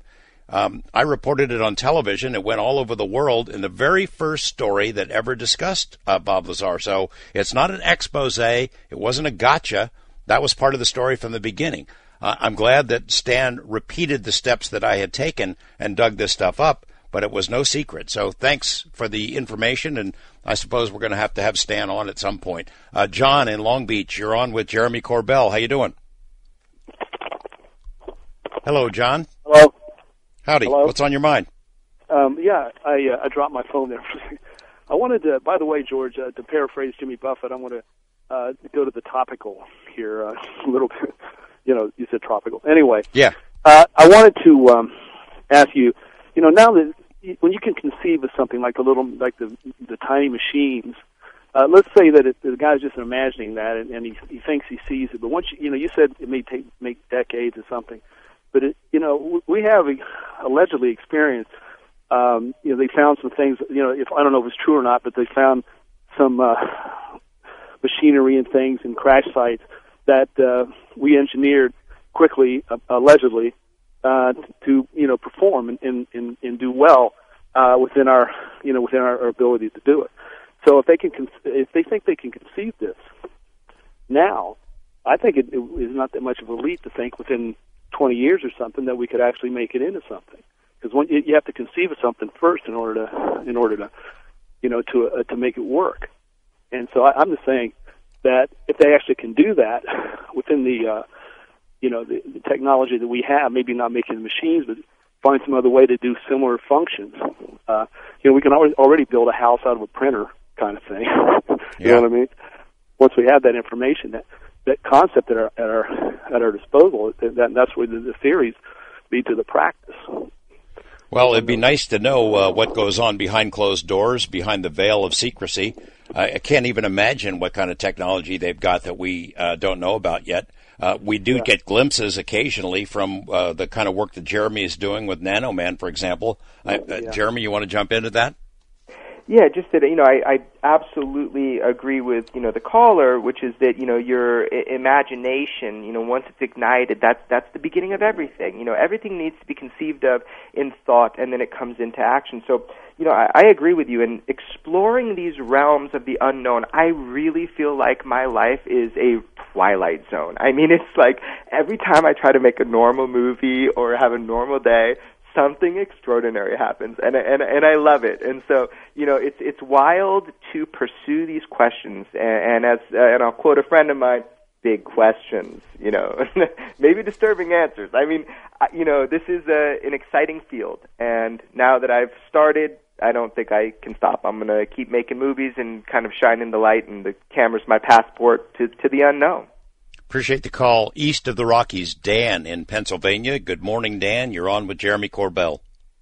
Hi, George. Hi, Jeremy. Jeremy, I met you before. My name is Dan Banker. We talked one night on Facebook, probably for about 6 hours about Lazar. I just want to bring a couple of points up. I'll accept the Stanton Friedman challenge, and I will go on record and challenge anybody with the Lazar case proving against Lazar. One point I'd like to bring up tonight, everybody's bringing up that Bob Lazar worked at Los Alamos. Not many decline that he did work there, but my question would be, why would he quit? If he was a physicist from MIT and you get a dream job at Los Alamos, why did he quit to be a photo processor in Las Vegas? That would be my first point if you guys would want to try and grab an answer at that, because that's a dream job. Why would he quit? Well, I mean, let's start with that. I mean, what I think, George, we often forget is that there's a human component to all choices. And, it can look illogical from the outside to any of us, when we make choices. But, I mean, I know better than anybody that, lady troubles can make you change occupation pretty darn quick. So I don't know how much I want to say about that, but that's not the biggest mystery when it comes to the Lazar. Let's all keep our eye on the prize here. Did Bob Lazar work at Los Alamos? And I think we've proven that over and over for the last 25 years. Well, I don't disagree, but he was there through Kirkmeyer. It was more like a. But everybody's respectfully, everybody's, most people are subcontractors out there. I mean, so it really does, that's a Mirage Man, thing that people say, oh, he worked at Kirkmeyer. It's like, through Kirkmeyer. So what? He was Dan, I would point out that the Kirkmeyer stuff was also in the very first story. We reported that Bob had been recruited and hired through Kirkmeyer. We also reported that Kirkmeyer had told me when I first contacted them that they had personnel files on Bob. They said I could have them. I got signed permission from him to acquire them, and then they said no. And we went back and forth for almost 3 years, and the files that they had agreed to give me in the beginning, they said no longer existed, and then they stopped taking my calls. So Kirkmeyer is also not a revelation that somebody else dug up. That was in the very first story about Bob. Yeah, look, Bob Lazar told people the time and the place to go see a saucer lift up out of Papoose Lake. And Gene Huff, who was on the line, was one of those people that saw it. They ducked behind a car because it looked like it was going to explode. I mean, it's just every piece adds up to the conclusion that Lazar is not lying. And that's hard to swallow. If your take on this is, okay, Bob worked at Los Alamos, but why did he quit? Really? Is that really zeroing in on the central part of the story? Because there are explanations for that. I think Bob probably doesn't want to open up all the parts of his personal life, but I suppose people expect it. Stratton, I just wrote, it gets in far more detail. One more thing I want to add is on the educational credentials. In 1993 at the Little Alien, Bob Lazar could not identify any of his professors that he had at MIT, could not even verify the year he graduated. He had to sit there and think about it. And the one professor he did come up with was a Dr. Duxler who taught at Pierce Junior College. That's true. Well, I'm going to stop you, Dan. I'm going to stop you right here. We got about 2 minutes left in the program. This is all pretty much well documented and reported many, many times. Bob, if you know him, can't remember what he had for breakfast yesterday. He doesn't know who played in the Super Bowl. He doesn't know what's playing on television. He's a really smart guy, but he doesn't have the kind of connection you do to normal stuff. And the fact that he can't remember professors and stuff like that is not a surprise. It's also, if you believe, as I do, that he probably did not, that he exaggerated his educational credentials, so what? Does that throw out the entire story? It's something that we've discussed in public presentations. It's not something we can cover in just a minute or so. You seem to be pretty emotionally involved with it, and I'm not quite sure why that is. But I can tell you that there's a lot more to it than can be examined in a couple of minutes. Nothing that you've brought up in your very passionate discourse is new. I mean, it's all stuff that's been gone over a whole bunch of times. Jeremy, I don't know if you want to jump in or not. Yeah, and it's just, but I understand it, from the outside, sure, looking in, all these things, they just keep coming up. But bottom line is, if Bob, shows his MIT certificate, let's say he did go there, is that going to prove UFOs? No. And then Bob could have been homeschooled, as I keep saying, and still worked at Los Alamos and got invited to do this job. I mean, he passed polygraph tests. I mean, look, argue it all day in circles. I'm done. My logic is simply I cannot prove his schooling. I'm over that. I want to know about him in Los Alamos in the 80s. Check. Now it's feasible to me. Now that we have that on the record, and it's not the only person, but it's the one on the record. Now it's feasible to me that he was picked up to work out there. And, of course, I have other private confirmations in my way, but all right. Look, fascinating. Yeah, it's fun. People have staked out their positions. They can believe what they want. We know that Bob doesn't really care what they believe either way. Thank you, Jeremy. Appreciate it. Thank you. All right, we'll have you back again. Some great stuff you're doing. Thanks to earlier guest John Lear, Gene Huff, Jim Goodall, Patient 17, the Nano Man, and Dr. Robert Krangle, and, of course, to Jeremy Corbell. Good night, everyone.